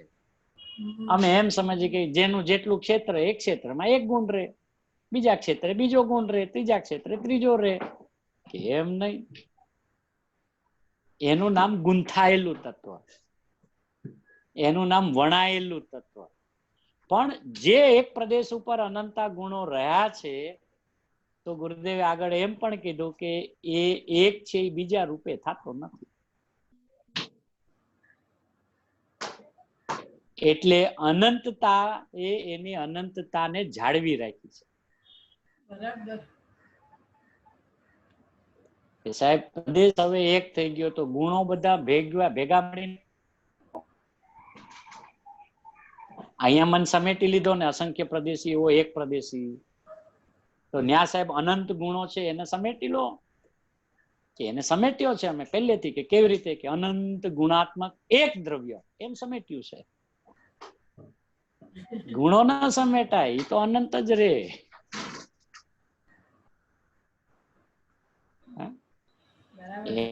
એને સમેટ્યા કે હા સમેટ્યા ને એક દ્રવ્ય હું છું,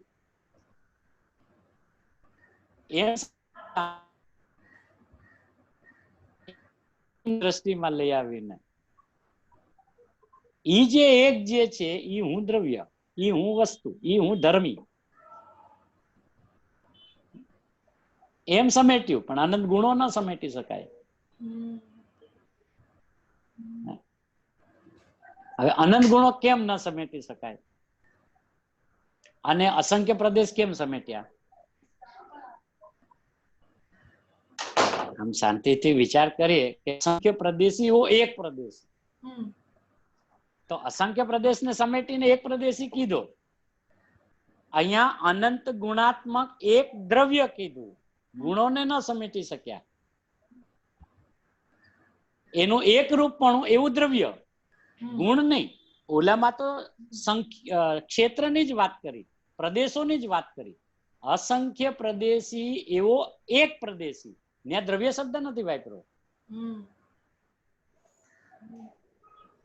હવે એમ શું કામે? એને કેવી રીતે સમેટી લીધો? કે બધું પ્રદેશ જ છે ને, અસંખ્ય પણ પ્રદેશ જ ને, એટલે બધી એક જ ક્વોલિટી, એક જ જાત છે, એટલે એને સમેટીને આપણે એક પ્રદેશી કહી શકાય. સાહેબ અનંત ગુણાત્મક ને સમેટ એ ન થઈ શકે. એને અનંતને સમેટવું હોય તો દ્રવ્યમાં જ આવવું પડે. હવે કેમ એમ?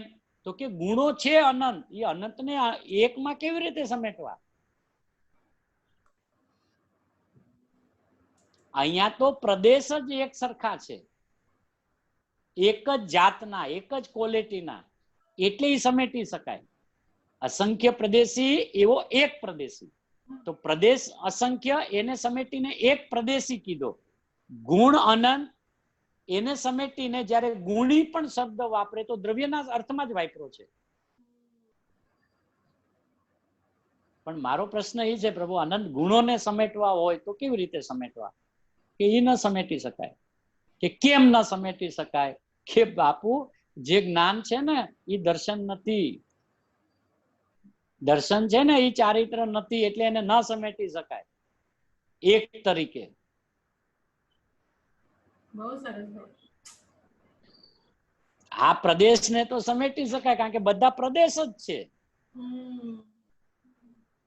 અસંખ્ય પણ પ્રદેશ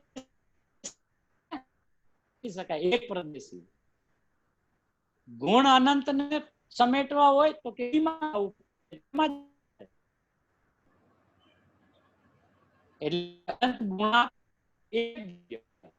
દ્રવ્ય શબ્દ આવ્યો. અનંત ગુણાત્મક એક ગુણ એમ આવું જોઈએ ને. અનંત ગુણાત્મક એક ગુણ એમ આવું જોઈએ ને. અહીંયા અસંખ્ય પ્રદેશી એવો એક પ્રદેશી, તો અહીંયા અનંત ગુણાત્મક એવો એક ગુણ એમ આવું જોઈએ ને. ત્યાં ન સમેટી શક્યા, ત્યાં દ્રવ્ય વાપરો શબ્દ. કેમ કે બાપુ ઓલા ન સમેટી શકાય, કેમ કે બધા ભિન્ન ભિન્ન છે. જ્ઞાન છે એ જ્ઞાન છે, સુખ છે એ સુખ જ છે. હવે એ બધા ભેગા કરીને એક ગુણ કયું નામ આપવું?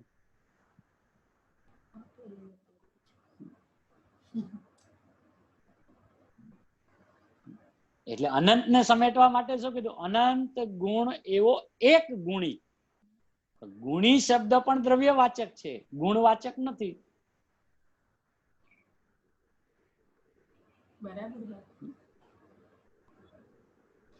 એટલે અહીંયા ગુરુદેવ કે પ્રદેશ ક્ષેત્ર ભેદ નથી. તા તો અંદર માંથી ફાટે. આટલી તાકાત એક પ્રદેશ મારો અનંત ગુણોને સંગ્રહી રાખે. આનું નામ ગુંથાયેલું તત્વ કે આનું નામ ગુંથાયેલું તત્વ?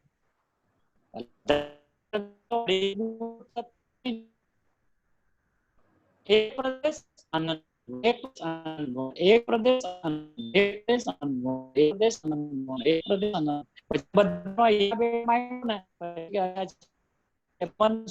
કે દરેક પ્રદેશ ગુણ છે.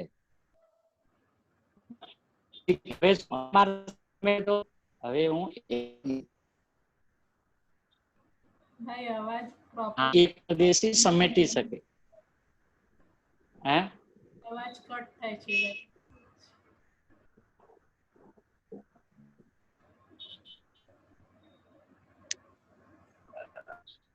તમારું નેટવર્ક વીક આવે છે.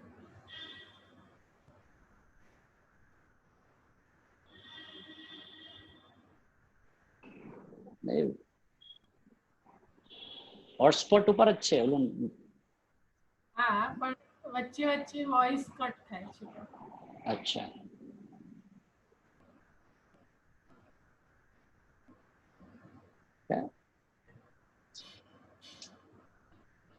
આપણું તત્વ આવું ગંભીર અને ગહન છે, એને કોઈ દિવસ ઊંડાણમાં ઉતરીને વિચાર જ નથી કર્યો.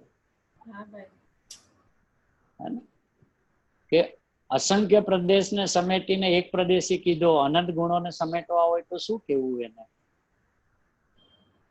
એ દ્રવ્ય કયો? નહીં, મારે ખાલી ગુણોને સમેટીને બતાવવું કે નહીં સમેટી શકાય. કે કારણ આપો, કેમ ન સમેટી શકાય? જો ક્ષેત્રને સમેટી શકાતું હોય, પ્રદેશોને, તો ગુણને કેમ નહીં?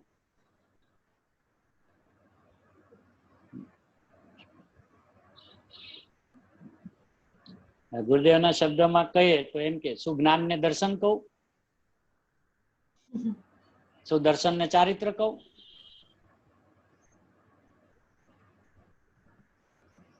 સમેટવું કેવી રીતે? બરાબર. હે બધા ભિન્ન ભિન્ન છે અને એક કેવી રીતે કહેવાય? કેવી રીતે કહો? અહીંયા તો આની જાત જ એક છે. પ્રદેશમાં તો અસંખ્ય પ્રદેશ, એટલે જ્યાં જુઓ ત્યાં પ્રદેશ પ્રદેશ પ્રદેશ પ્રદેશ પ્રદેશ પ્રદેશ છે. તો એને તો સમેટી શકાય, પણ એને પણ કોણ સમેટી શકે એક પ્રદેશીમાં, જેણે પેલા અસંખ્યનો અને વિચાર કર્યો હોય ખૂબ ઊંડો, અને પછી એને ભાસે કે અચ્છા હવે હું એક પ્રદેશી કહું ને તો મને દોષ નથી, પણ ઓલું વાંચીને એક પ્રદેશી કીધા કરે ને તો ઊંધો પડે. આપણે અસંખ્ય પ્રદેશી હોય, એક પ્રદેશી. ભાઈ તું રેવા દે.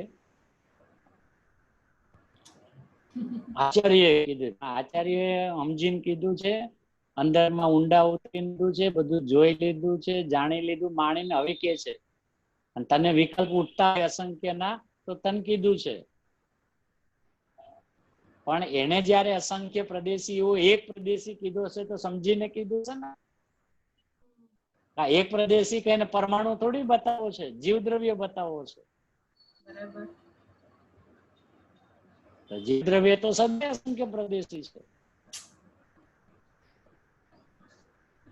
તો કે એમાં સમેટી શકાય, કારણ કે બધા પ્રદેશ છે.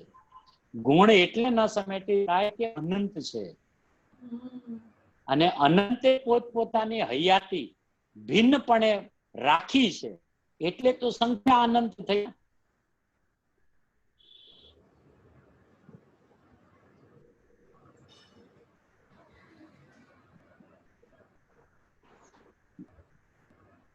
પછી જયારે અનંતના વિકલ્પ ઉઠે એટલે કે અનંત એટલે એક દ્રવ્ય હું છું, અનંત ગુણાત્મક ગુણી હું છું.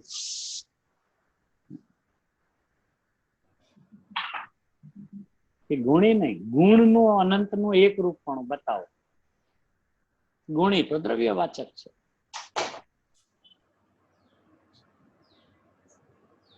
એ ન થાય. અને પછી ઓલાને પૂછે, હવે તમે એક પ્રદેશી આખો કીધા કરો છો, તમે ઓલા અનંતા ગુણો ક્યાં સંદર્શો?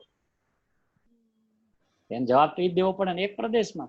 પહેલેથી હું કહીએ છીએ એક એક પ્રદેશે અનંત અનંત અનંત ગુણો છે, તો પહેલેથી કહેતા તો આવ્યા છે.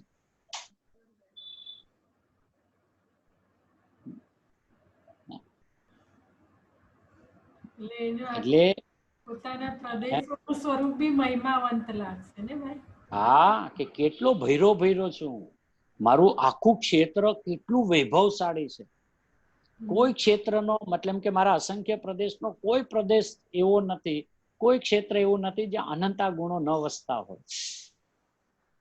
એવો જાહો જલાલી વાળું મારું ક્ષેત્ર છે, અનંત વૈભવશાળી મારું ક્ષેત્ર છે.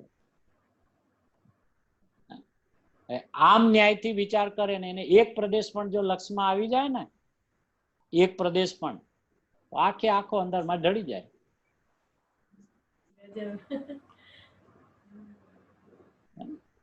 એ તો ખાલી શાસ્ત્રમાં ગોદેકાલ ન રહે કે એને વાંચ્યું છે, પણ એને સમજ્યું છે ક્યાં કે કઈ રીતે મારું અસ્તિત્વ છે. ભાષા તો બોલી લીધી જીનાગમની, આત્મા કેવડો અસંખ્ય પ્રદેશી. તમને જ્ઞાન ક્યાંથી થાય? કે અસંખ્ય પ્રદેશે થાય. બાપુ ભાઈ,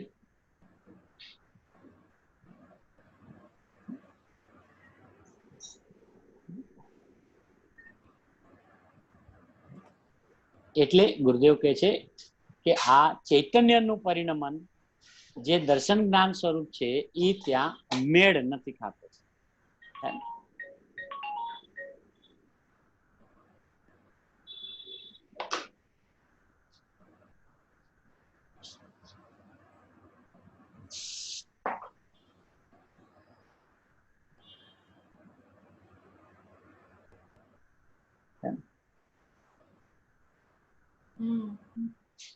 તો ત્યાં જે મેળ નથી ખાતા, એના બે વાચ્ય બતાવે છે. કે એક તો પર્યાય વાળું પરિણમનને પર્યાયના અર્થમાં લઈ જાય, જે નિત નવી ઉત્પન્ન થાય છે, એમાં જો આવું શુદ્ધ નિર્મળ સ્પષ્ટ પરિણમન હોય દર્શન જ્ઞાન સ્વરૂપ, તો બાપુ સંસાર મોક્ષ માર્ગ ને મોક્ષ સિદ્ધ જ નહીં થાય. હે ને? તો એ પરિણમન શબ્દનો અર્થ પછી એમ લેવો પડે કે ત્યાં દ્રવ્ય તરીકે મારી હયાતી જે કાયમ છે એને અહીંયા પરિણમન શબ્દ કહે છે. પરિણમવાની વાત નથી. પ્રગટ નવું થાય છે એની વાત નથી, જે પ્રગટ છે સદાય એની વાત છે. એમ એનો મેળ ખાતો નથી એમ. કારણ કે અહીંયા ગુડે કે અહીં તો વસ્તુ આવી છે, અહીં તો દ્રવ્યની સિદ્ધિ પેલા કરવી છે ને. દ્રવ્ય તરીકે મારી સત્તા કેવી છે, આ નિત્ય લેવું છે ને. અહીં વસ્તુ જીવ પદાર્થ, ત્રિકાળ જીવ પદાર્થ કેવો છે એ લઈ અને પછી એ સ્થિત થાય છે દર્શન જ્ઞાન ચારિત્રમાં, એ પરિણમન છે.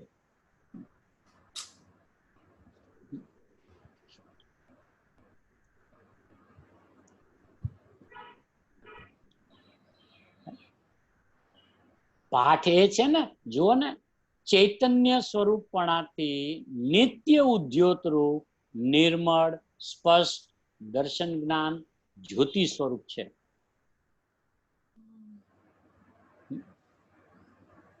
બધે કે છે ની વાત કરે છે, થાય છે ની વાત નથી કરતા.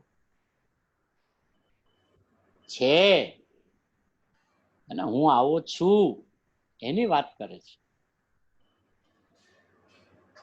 અને આમાં એટલે કે આ ત્રીજા બોલમાં અનંત ધર્મોમાં રહેલું, ઓહો હો, જે એક ધર્મીપણું તેને લીધે જેને દ્રવ્યપણું પ્રગટ છે. કેમ કે અનંત ધર્મોની એકતા તે દ્રવ્યપણું છે.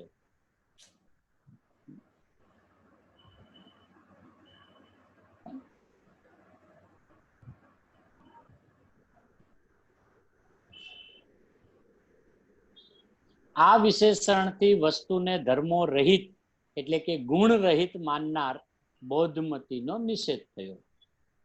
આ જીવ પદાર્થ, જીવો એ શબ્દ છે ને, એની આ વ્યાખ્યા કરે છે. આ જીવો પછી કે છે જીવો ચરિત દર્શન જ્ઞાન થીદો, એ પછી પર્યાયની વ્યાખ્યા ચાલશે.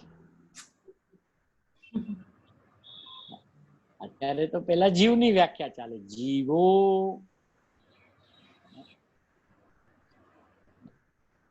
શ્રોતા કે છે પ્રભુ આપ ઝીણી વાત કરો છો ને પાછું કહો સમજાણું કાંઈ.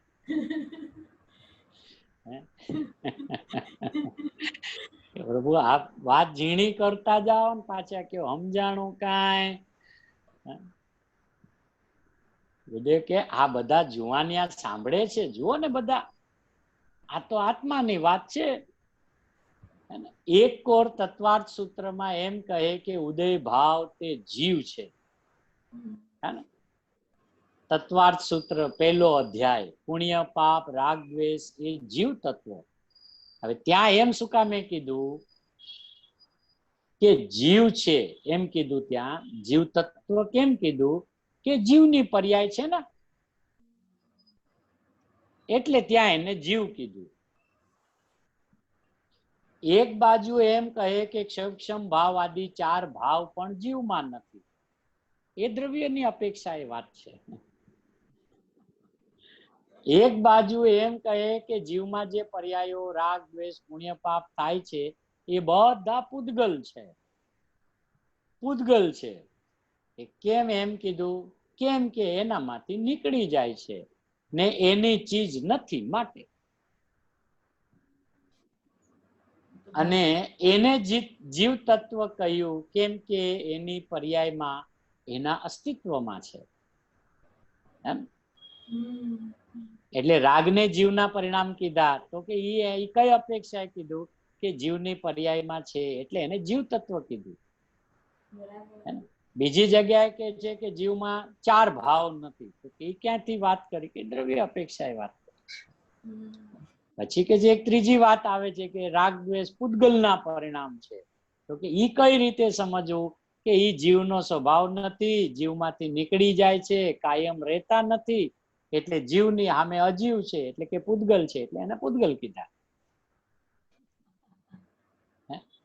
બધું જ્ઞાન ચોખ્ખું કરાવી દે છે. હા, કર્મના અસ્તિત્વમાં રાગ દ્વેષ પુણ્ય પાપ નથી કાંઈ.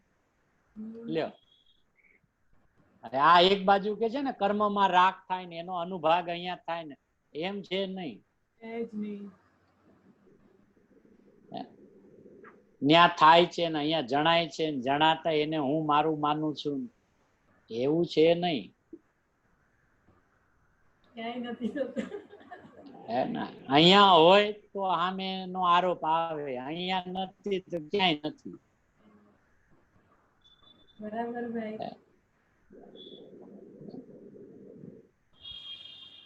પણ કાઢવું પડે, હે ને, જ્ઞાનને ઊંડું લઈ જવું પડે કે જીનાગમની શું શું અપેક્ષાઓ છે, કઈ કઈ રીતે જ્ઞાનીઓએ કથન કર્યા છે, અને એ કરેલું કથન કયા નયનનું છે, વ્યવહાર નયનનું છે, નિશ્ચય નયનનું છે, સદભૂતનું છે, અસદભૂતનું છે, એનો વિચાર તો કરવો જોઈએ. ખાલી આમ કહી દીધું કે ભાઈ જો લખ્યું છે કર્મના અસ્તિત્વમાં રાગ દ્વેષ થાય છે, કે ન્યા નથી થતા, સાંભળ.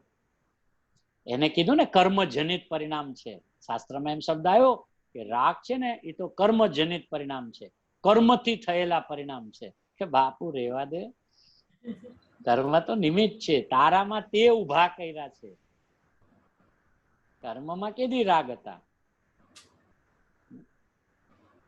એટલે એમ કે કર્મના અસ્તિત્વમાં રાગ દ્વેષ પુણ્ય પાપ નથી, આવી વાત છે. એક કોર કહે કે જીવમાં ક્ષાયિક ભાવ નથી, નિયમ સાર. એ ત્રિકાળીની દ્રવ્યની અપેક્ષા છે. ક્ષાયિક ભાવ વસ્તુમાં ક્યાં છે? એટલે પ્રગટ થતું કેવળ જ્ઞાન હે ને, એ ત્રિકાળ દ્રવ્ય સ્વભાવમાં ક્યાં છે? એ તો જ્ઞાનનો પિંડ છે. વસ્તુ તો પરમ પારિણામિક ભાવ એક રૂપ છે, અને ક્ષાયિક ભાવ તો પર્યાય છે. ક્ષાયિક ભાવ જીવ દ્રવ્યમાં નથી, અને એક કોર કહે કે પર્યાયમાં રાગ દ્વેષ એ જીવ તત્વ છે. કે કઈ અપેક્ષા? એ અપેક્ષા જાણવી જોઈએ ને.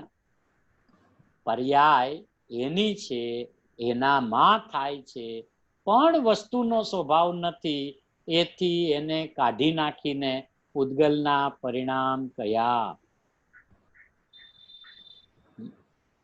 આ વાત જો બરાબર લક્ષમાં ન હોય ને તો એકાંત તાણી જાય. કાં એકલા જીવના પરિણામ છે એટલે જીવ જ છે એમ સમજી લે, અને કાં કે કર્મજનિત છે એટલે કર્મને કારણે થાય છે એમ સમજી લે. કે બાપુ એમ ક્યાંય એકાંત તાણવા જેવું નથી. વિવિક્ષા સમજી લે, અપેક્ષા સમજી લે. હે ને, એ તો મારો સ્વભાવ નથી, અને કાયમ રહેતા નથી, નીકળી જાય છે, ક્ષણવર્તી છે, ક્ષણિક છે, ને હું ત્રિકાળવર્તી છું.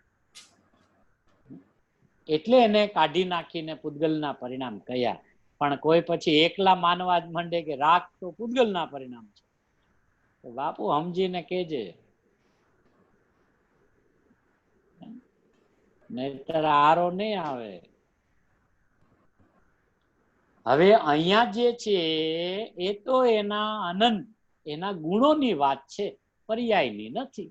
અરે આવું બધું સમજવું, હે ને, ક્યાં દ્રવ્યની વાત ચાલે છે, ક્યાં પર્યાયની વાત ચાલે છે, હે ને. હવે આવું બધું સમજવું કે બાપુ તારા જ્ઞાનને તારે તીક્ષ્ણ કરવું પડશે, સૂક્ષ્મ કરવું પડશે, એકાગ્રતાથી આ વાતને સમજવી પડશે, ને સમજીને અંદરમાં બેસાડવી પડશે, અને બેઠ્યા પછી એનો ભાવ ભાષણ કરવું પડશે કે આવો હું છું.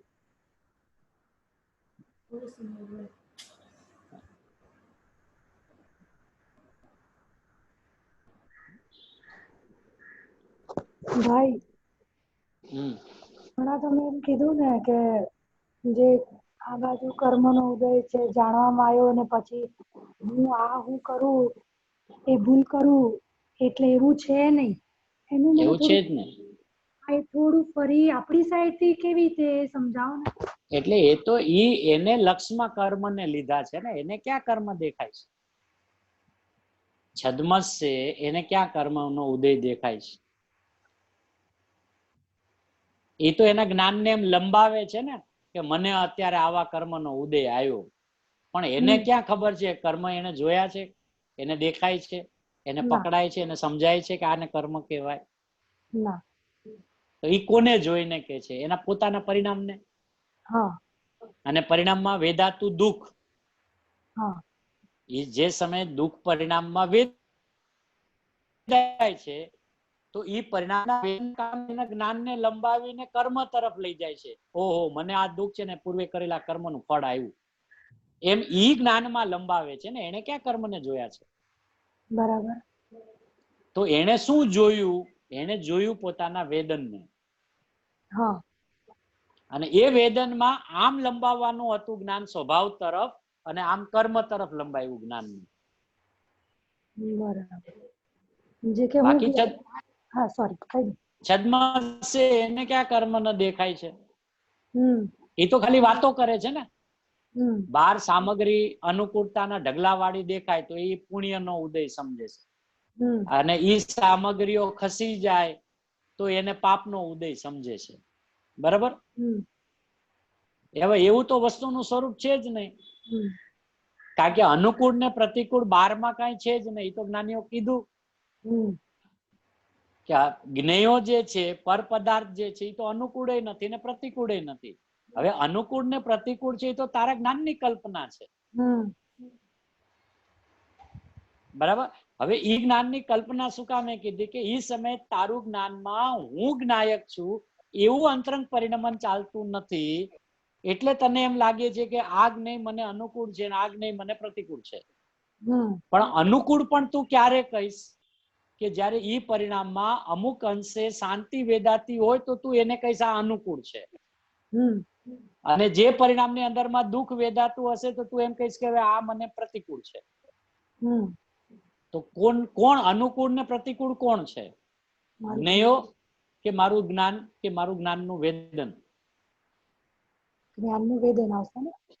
બરાબર છે? તો એનો અર્થ કે મારું નિરંતર લક્ષ તો મારા વેદન ઉપર છે, કર્મ ઉપર છે જ નહીં. ઈ વેદન જે છે દુઃખનું, એને જ્ઞાનીઓ કર્મ કહે છે. બરાબર.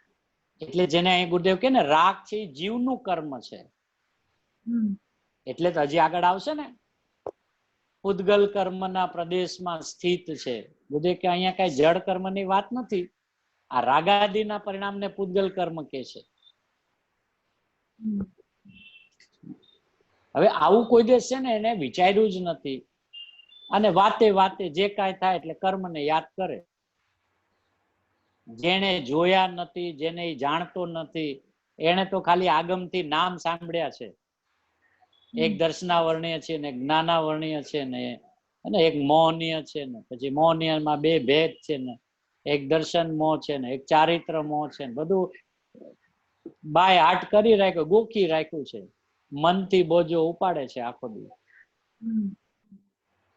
પણ બાપુ તને ખબર પડે મોહનીય કર્મ કેવું હોય? મોહ એટલે શું એ પેલા તને ખબર છે? કે ઈ મોહનીય કર્મના ઉદયમાં જોડાવાથી જે પરિણામ થાય એને મોહ કહેવાય. ધૂળમાં નથી. હવે એમ સાંભળને, મોહ કર્મ જ તને ન દેખાય, જોડાય કેવી રીતે? મોહનો અર્થ તો સ્વરૂપની અસાવધાની છે. એ તો એને ખબર જ નથી. એ તો ઓલા પદાર્થમાં મોહ ગોતે છે. મને દીકરાનો બહુ મોહ છે ને, મને ધંધાનો બહુ મોહ છે ને, મને સાધર્મ્યનો મોહ છે બહુ. કે બાપુ એમાં તારો મોહ ન હોય. પેલા મોહ વિશે તો સમજી લે. જેને ટાળવા નીકળ્યો છે એના સ્વરૂપને તો સમજી લે. મારે મોહ તોડવો છે, પણ ન તૂટે એમ સમજ્યા વગર. મોહ શું છે તમને? મને ખાવા પીવાનો બહુ મોહ છે, મને પહેરવા ઓઢવાનો બહુ મોહ છે, મને હરવા ફરવાનો બહુ મોહ છે. અરે એ મોહ જ નથી. પણ મને મારા દીકરાનો મોહ છે, મને વહુનો બહુ મોહ છે, મને ધંધાનો બહુ મોહ છે, મને ધર્મના કાર્યનો બહુ મોહ છે, મને સાધર્મ્ય પ્રત્યે બહુ મોહ છે. અરે એમાં ન હોય તારો. તારો મોહ હોય તો તારામાં જ હોય, અને તારો મોહ હોય તો તારા સંબંધી જ હોય, પર સંબંધી મોહ જ ન હોય. બહુ સરસ. હવે આવું વિચાર્યું છે ગુરુદેવ કે નવરો કેદી થયો છે? આખો દી પાપની પ્રવૃત્તિમાં, પછી આપણો આખો 24 કલાકનો હિસાબ ગુરુદેવ ગણાવીને દે.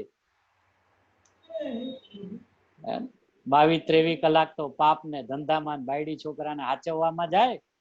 કલાક માંડ નવરો થયા હોય તો કુગુરુ એવું ભરાવી દે, આમ કરો ધર્મ થાય ને આમ કરો ધર્મ થાય. કુગુરુ એનો 1 કલાક લૂંટી લે છે. નવરો કેદી થયો છે? કેદી વિચાર કર્યો છે અરે મારું સ્વરૂપ આવું છે, હું કેમ મારું સ્વરૂપ મને લક્ષમાં નથી આવતું? આપણે બસ તમને મોહ છે ને એટલે.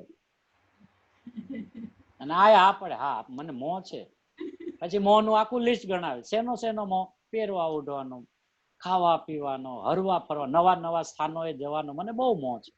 મને બહુ, પછી મોહ શબ્દ ના બોલે, એમ બોલે મને બહુ શોખ છે. એ મારો શોખ તૂટતો નથી. એ શું? એ મોહ. એ મોહ નથી ભાઈ. મને મારા પરિવારમાં આમ 5 જણા છે, પણ એક આનો રાગ છે ને એ મારાથી તૂટતો જ નથી. એનો મોહ મને બહુ છે. એમ ન હોય પણ તારામાં મોહ છે ને કે તો તારા વિશે જ હોય.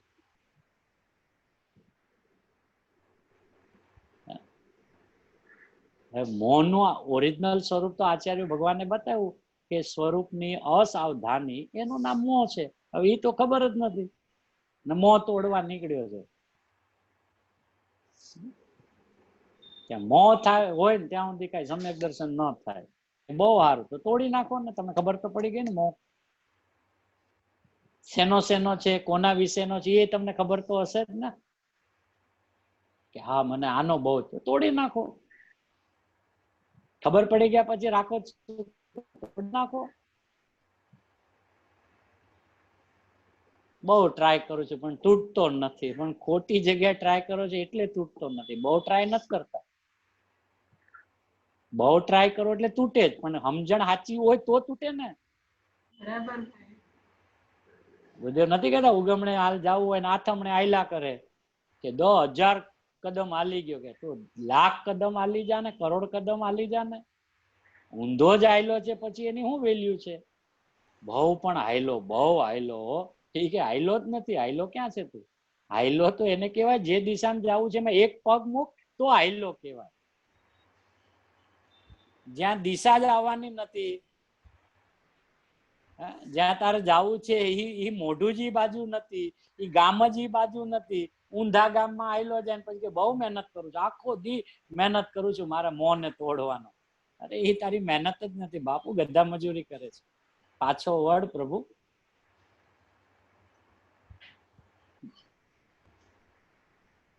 હા ભાઈ, આ રીતે મોહની સ્થાપના કરે તો સ્વરૂપની અસાવધાની તરફ આવવાનો તો એને ખબર જ નથી ને. પણ સ્વરૂપની અસાવધાનીનું નામ મોહ છે, તો એને પેલા ખબર જ નથી. હવે જો એ અસાવધાની છે એ મોહ છે એમ એને વાસ્તવિક ખબર પડે તો સાવધાન થાય. તો સાવધાનીનો પણ ચાન્સ છે. જો વાસ્તવિક સાચી વસ્તુ બી હાથમાં આવી ગઈ હોય પછી ભલે એના પુરુષાર્થ અનુસાર એ ઉપડે, પણ એને એકવાર ખબર તો પડી ગઈ કે મોહ મારો છે ને એ બહાર તો છે જ નહીં. હા, મારું સ્વરૂપ ચૈતન્ય સ્વરૂપ છે, હું જાણનારો છું. એવું જે હજી મને પકડમાં નથી આવતું, જે આમ ધ્યાનમાં નથી આવતું, જે સોલિડ પકડમાં નથી આવતું, તો એ તરફ એનો ઉપયોગ વારંવાર સ્વરૂપમાં જશે ને. તો જે અસાવધાની છે ને એ પહેલી વાર તો સાવધાનીમાં આવી જશે, પછી નહીં ઠરી શકે, નહીં રહી શકે, ત્યારે પછી ચારિત્રની વાત સમજી જશે. પણ અત્યારે મોહ મિથ્યાત્વના ખાતામાં નાખ્યો, મિથ્યાત્વ 12માં નાખ્યું. પર પદાર્થને આપણે માનીએ મિથ્યાત્વ, કે ધૂળમાં એમ નથી. પર પદાર્થને માનવું એ મિથ્યાત્વ જ નથી. પર પદાર્થ તો જગતમાં છે જ ને. એ કે નહીં ને ઈ છે, પણ એને મેં મારા માયના, ઈ મિથ્યાત્વ. એ તને ખબર પડી ગઈ ને, મારા માયના ઈ મિથ્યાત્વ એટલે તારા નથી એમ તું કે છે ને. તો તારે તો પાસે મિથ્યાત્વ તોડવાની ચાવી તો તારા હાથમાં આવી ગઈ. ખોલી નાખ તાળું. કે બાપુ એ મિથ્યાત્વ નથી. એ તો બહુ સ્થૂળ કોટીમાં સમજાયું છે. એ તો તને હવે ખબર પડી ગઈ, અને તોય તારું મિથ્યાત્વ ચાલુ છે. ખબર પડ્યા પછી પણ ચાલુ છે. ખબર પડ્યા પછી ચાલુ હોય તો તને ક્યાં ખબર પડી છે? સાચી વાત છે.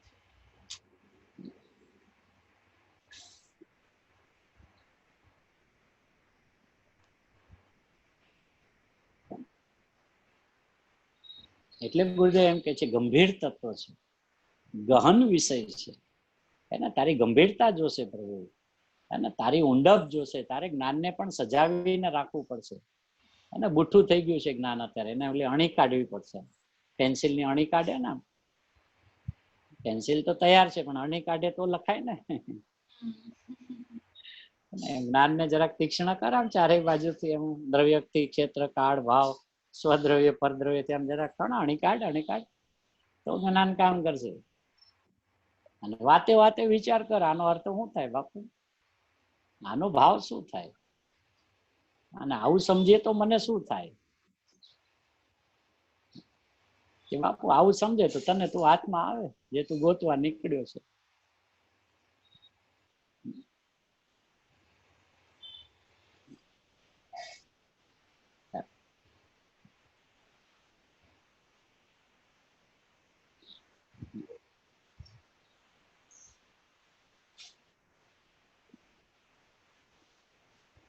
તત્વ સૂક્ષ્મ છે ભાઈ, તો એને સ્થૂળ સ્થૂળ વાતોમાં રસ આવી જાય તો સૂક્ષ્મ કેવી રીતે જાય જ નહીં ને, એ સમજે જ નહીં. અને સ્થૂળ વાતમાં ગલગલિયા થવા માંડે, સૂક્ષ્મમાં જાય કેવી રીતે? સૂક્ષ્મમાં જવા માટે આપણી જ્ઞાનની પણ એવી અદભુત તૈયારી હોવી જોઈએ ને, કે ભાઈ જે વસ્તુ મને નહીં સમજાય ને એ વસ્તુમાં પેલો ઊંડો ઉતરીશ. એ અત્યારે શું કરે, જે ન સમજાય બાજુમાં રાખો, જે ન સમજાય બાજુ ન સમજાવવાના ડગલા થઈ ગયા. જે મૂળ તત્વ હતું, જે કાંઈ કામનું નથી ને એ બધું સમજીને બેઠો,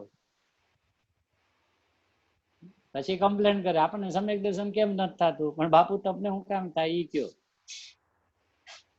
તમને થાય શું કામ એ કયો. તત્વથી વિરુદ્ધ જ આલો છો, તત્વથી ઊંધા જ આલો છો. મૂળ વસ્તુ તરફ સમજવું જ નથી, ન્યા જ્ઞાનને દોરી જ નથી જવું, જ્ઞાનને એ તરફ વાળવું જ નથી. અને જ્યાં જ્ઞાનમાં એવી જરૂર નથી ત્યાં જ્ઞાનને ઢાળી દીધું છે. તમારી વાત સાચી છે, આપણને પરિવારનો મોહ તો બહુ છે, વાત તો સાચી છે, પણ એ છોડવા જેવો છે. એ તો છોડી દે ને, પછી છોડવા જેવો છે ખબર તો પડી ગઈ. સાધર્મીયનો બહુ રાગ રાખવા જેવો નથી એ ખબર પડતી, છોડી દે ને. પણ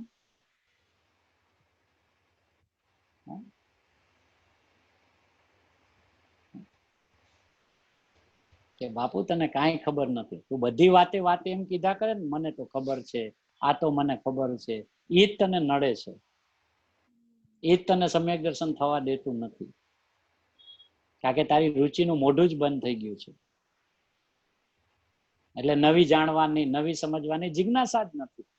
આપણને તો બધી ખબર છે, ગુરુદેવ આટલા વર્ષોથી મળ્યા છે, ગુરુદેવના બધાય પ્રવચનો સાંભળ્યા છે, આપણને તો બધી ખબર છે. બહુ સારું પ્રભુ. તો તમને સમ્યક દર્શન છે ને, બસ એ એક નથી તો હું ખબર છે તમને, તો ખબર શું છે એ કયો. એમ એને અંદરમાં ગંભીરતા નથી ભાષા, અને બધી સૂળ વાતો આવે, દ્રષ્ટાંતો બહુ આવે, એમાં એને ગલગલિયા થાય કલાક. એમાં સાંભળીને આમ તો હરખું જ છે, બહુ કોઈ દ્રષ્ટાંત આપીને આપણો કલાક લૂંટી લે છે, એને સમજાતું જ નથી. એને શું લાગે આ તો આપણા વાળા છે ને, આ તો આપણા વાળા છે ને, આ તો શાસ્ત્રની જ વાતો કરે છે ને. પણ શાસ્ત્રમાં આવું દ્રષ્ટાંતને ફેલાવવાની વાત નથી કરતા, સિદ્ધાંતને ઘૂંટાવે, એને દ્રઢ કરાવે, એને વારંવાર વારંવાર. આજે ગુરુદેવ કે છે શાસ્ત્રના બધા જ દ્રષ્ટાંતો અમને ખબર છે, પણ ક્યાંક ક્યાંક જ દ્રષ્ટાંત લે, અને લે તો એટલું ટૂંકું લે, પણ સિદ્ધાંતની પછી રમઝટ કરે. એટલે બહુ દ્રષ્ટાંત આપીને કોઈ સમજાવે ને તો સમજી લેવું કે આપણું જ્ઞાન કમજોર બહુ છે.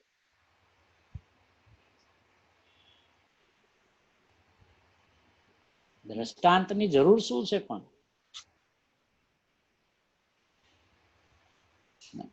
ને હોય કદાચ નથી, શાસ્ત્રમાં આચાર્ય ભગવાનનો પણ દ્રષ્ટાંત પણ કેટલું આપે, લિમિટેડ. બસ જેવી રીતે, બસ એટલું કઈ ને તેવી રીતે, પછી તેવી રીતેનો વિસ્તાર હોય બધું. ઓલો જેવી રીતે માં જ આપણો કલાક લૂંટી લે. એ બધા લૂંટનારા જ છે.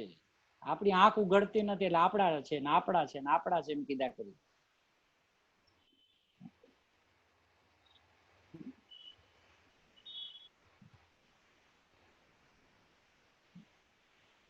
ગુરુદેવમાં દ્રષ્ટાંત તો આવે જ નહીં બહુ.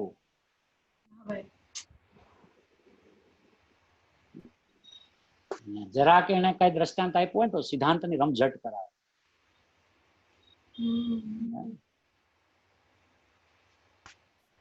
એટલે ભાઈ આપણા જ્ઞાનના વેદનથી આપણે બહારનું નક્કી કરીએ છીએ તો જ્ઞાનનું વેદનથી સીધું હું ચૂક્યો એમ કે સીધું અંદર ઘૂસવાનું હતું. તો બાકી જ કઈ ચાન્સ કરવાનું. બીજું કઈ છે જ નહીં. બાકી તો બધી કથા વાર્તાઓ છે. બરાબર. એ તો ઓલાનું જ્ઞાન બિચારાનું કમજોર છે એટલે એને અનંત પ્રકારે સમજાવે. એ કર્મનો છેડો જ મૂકતો નથી. એટલે એને વાતે વાતે કર્મથી બધું સમજવું. કર્મનું શું હોય, આપણા પરિણામ આવો હોય ત્યારે કર્મ શું હોય. અરે બા તારે તારા પરિણામની વાત કરે એમાં કર્મોનું શું કામ છે? સીધી વાત તારા પરિણામની સમજ ને. નહીં મને અત્યારે નથી સમજાતું, નક્કી મેં પૂર્વે જ્ઞાનની વિરાધના કરી છે એટલે મારું જ્ઞાન ચડતું નથી. કે તારું તો ચડેલું જ છે, તું ચડતો નથી.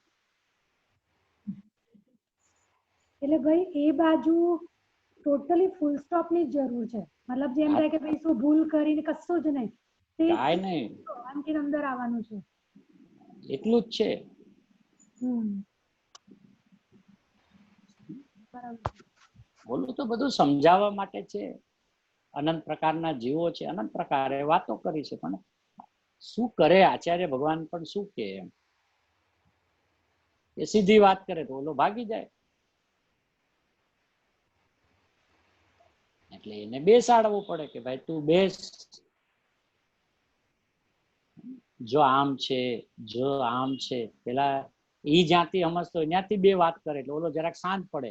પછી આચાર્ય ભગવાન ને ગુરુદેવને જે કેવું છે રમઝટ કરે. પણ પછી રોજ આ ગુરુદેવની રમઝટ સાંભળતા હોય ને પછી એને દ્રષ્ટાંત આકરા પડવા. હું કામ દ્રષ્ટાંત કહ્યું? સિદ્ધાંત 10 વાર ઘૂંટાવો, 50 વાર ઘૂંટાવો, 100 વાર ઘૂંટાવો, પણ દ્રષ્ટાંત નહીં ઘૂંટાવો. મને સીધો સિદ્ધાંત ઘૂંટાવો. ભલે મને તકલીફ પડતી હોય ને તો મને મંજૂર છે, પણ હું મારા જ્ઞાનને હવે આવી રીતે તૈયાર કરીશ કે વસ્તુને સીધો એના સ્વભાવથી જ સમજીશ. હું શું કામ દ્રષ્ટાંતનો સહારો લઉં? શું મારું એવું થોડી પામર ને કમજોર છે કે મારે દ્રષ્ટાંતથી સિદ્ધાંત સમજ. આપ નહોતા મળ્યા ત્યાં સુધી તો આ રમતો બધી બહુ હાલી.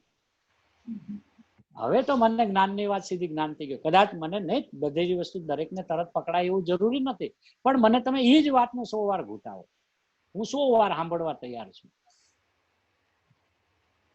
પણ મને ઢીલું કરીને દ્રષ્ટાંત કહીને નહીં સમજાવો. મને સીધી મારી જ વાત સમજાવો. મારા અનંત પ્રદેશમાં, અસંખ્ય પ્રદેશમાં એક પ્રદેશ પણ કેવી રીતે કહેવાનું, અને એ જ સમયે પ્રભુ અનંતા ગુણોને એક ગુણ તરીકે કેમ ન કહેવાનું? પ્રશ્ન એવા કાઢો અંદરથી. તો આને કીધું એનું રીઝન શું છે ને આને ન કીધું એનું રીઝન શું છે? એમ જ્ઞાનને મલાવો તો ખરા આખો દિવસ. અનંત ગુણાત્મક એક દ્રવ્ય. દ્રવ્ય કેમ લીધું સાહેબ? અહીંયા અસંખ્ય પ્રદેશીઓ એક પ્રદેશી.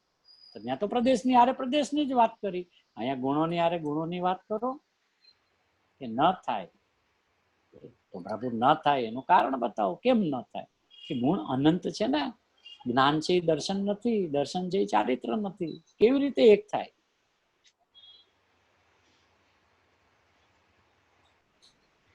ઓકે, પછી એનું કઈ સોલ્યુશન અનંતના વિકલ્પને તોડવું હોય તો કે એનું સોલ્યુશન એ છે કે એક દ્રવ્ય છું. બીજું અનંતનું કાંઈ કે અનંતનો અર્થ અંત વગરનો છે. અને ગુણ જ નહીં દેખાય એક.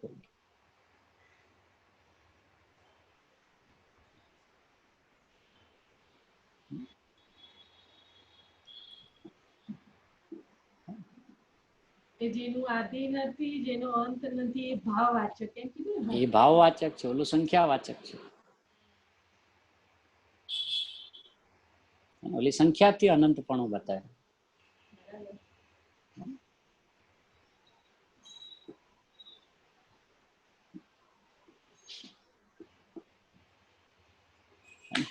એવું છે. એક બે લાઈન લઈ લે એટલે હવે ચોથો બોલ આવશે. અનંત ધર્મોની એકતા તે દ્રવ્યપણું છે. વસ્તુ તે અનેક ગુણો જે છે, પર્યાયની અહીં વાત નથી અત્યારે.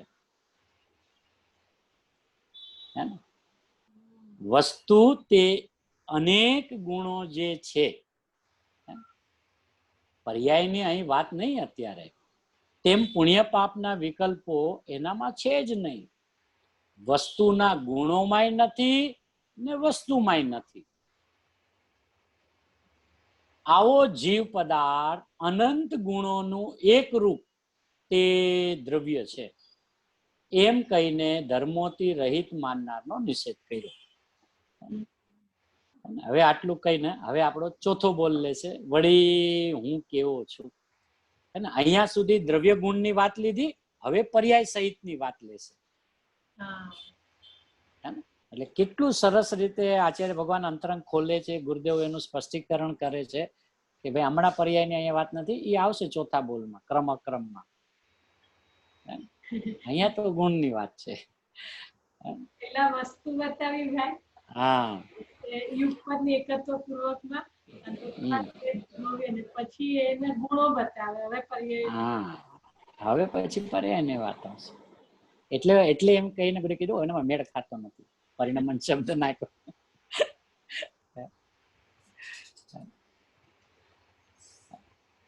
એ ચોથા બોલમાં આગળ ખૂબ સરસ વર્ણન છે આપણું. તમે બી સરસ ઉમેર કરી આપો છો ભાઈ, તમારી તાકાત નથી.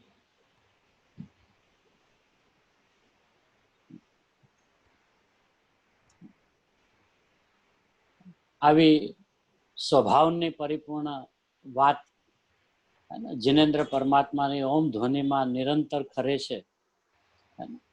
ગણધર આદિ આચાર્ય ભગવંતો પોતાના શુદ્ધ સ્વભાવની અંદરમાં આડોટીને એના ભાવોનું ગ્રહણ કરે છે, અને કરેલા ભાવોના ગ્રહણને આ શબ્દ રૂપે રચના કરીને જીનવાણીની જીન સૂત્રોની રચના કરી અને જે શાસ્ત્રોની અદ્ભુતતા બનાવી છે, અને એમાં કેટલા ઊંડા ભાવો ભર્યા છે, તો ગુરુદેવ શ્રી જ્યારે એનું વિશ્લેષણ કરે ત્યારે આપણને ગંભીરતા ભાસે છે કે આવો હું જીવ ગંભીર છું.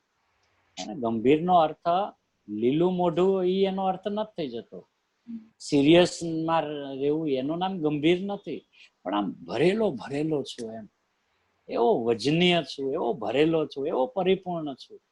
એના ઊંડો અંદર હાયલો જ જાવ તો ક્યાંય અંત આવતો નથી, ક્યાંય છેડો આવતો નથી, એમ ગંભીર. પણ ગંભીર એવો કે આનંદમાં ઉછળતો હોય, એવી આપણી ગંભીર તત્વ, એવો હું, એવું જે ગુરુદેવ શ્રીએ બતાવ્યું છે, એવું આપણું નિજ સ્વરૂપ આપણા સૌ કોઈના જ્ઞાન શ્રદ્ધાનમાં રહો, એ જ મંગલમય ભાવ.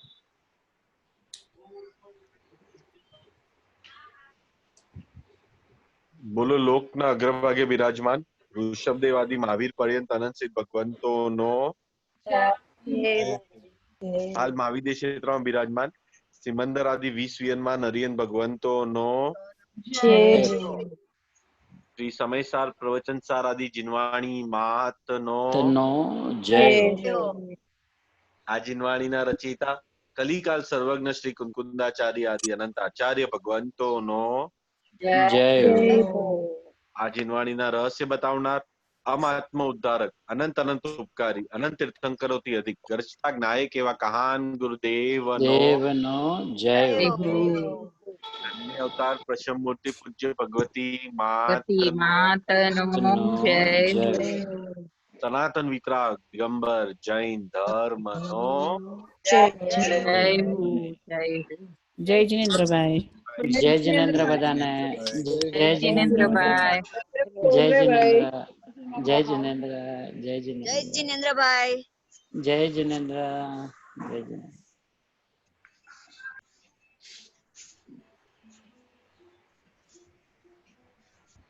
કરી દો.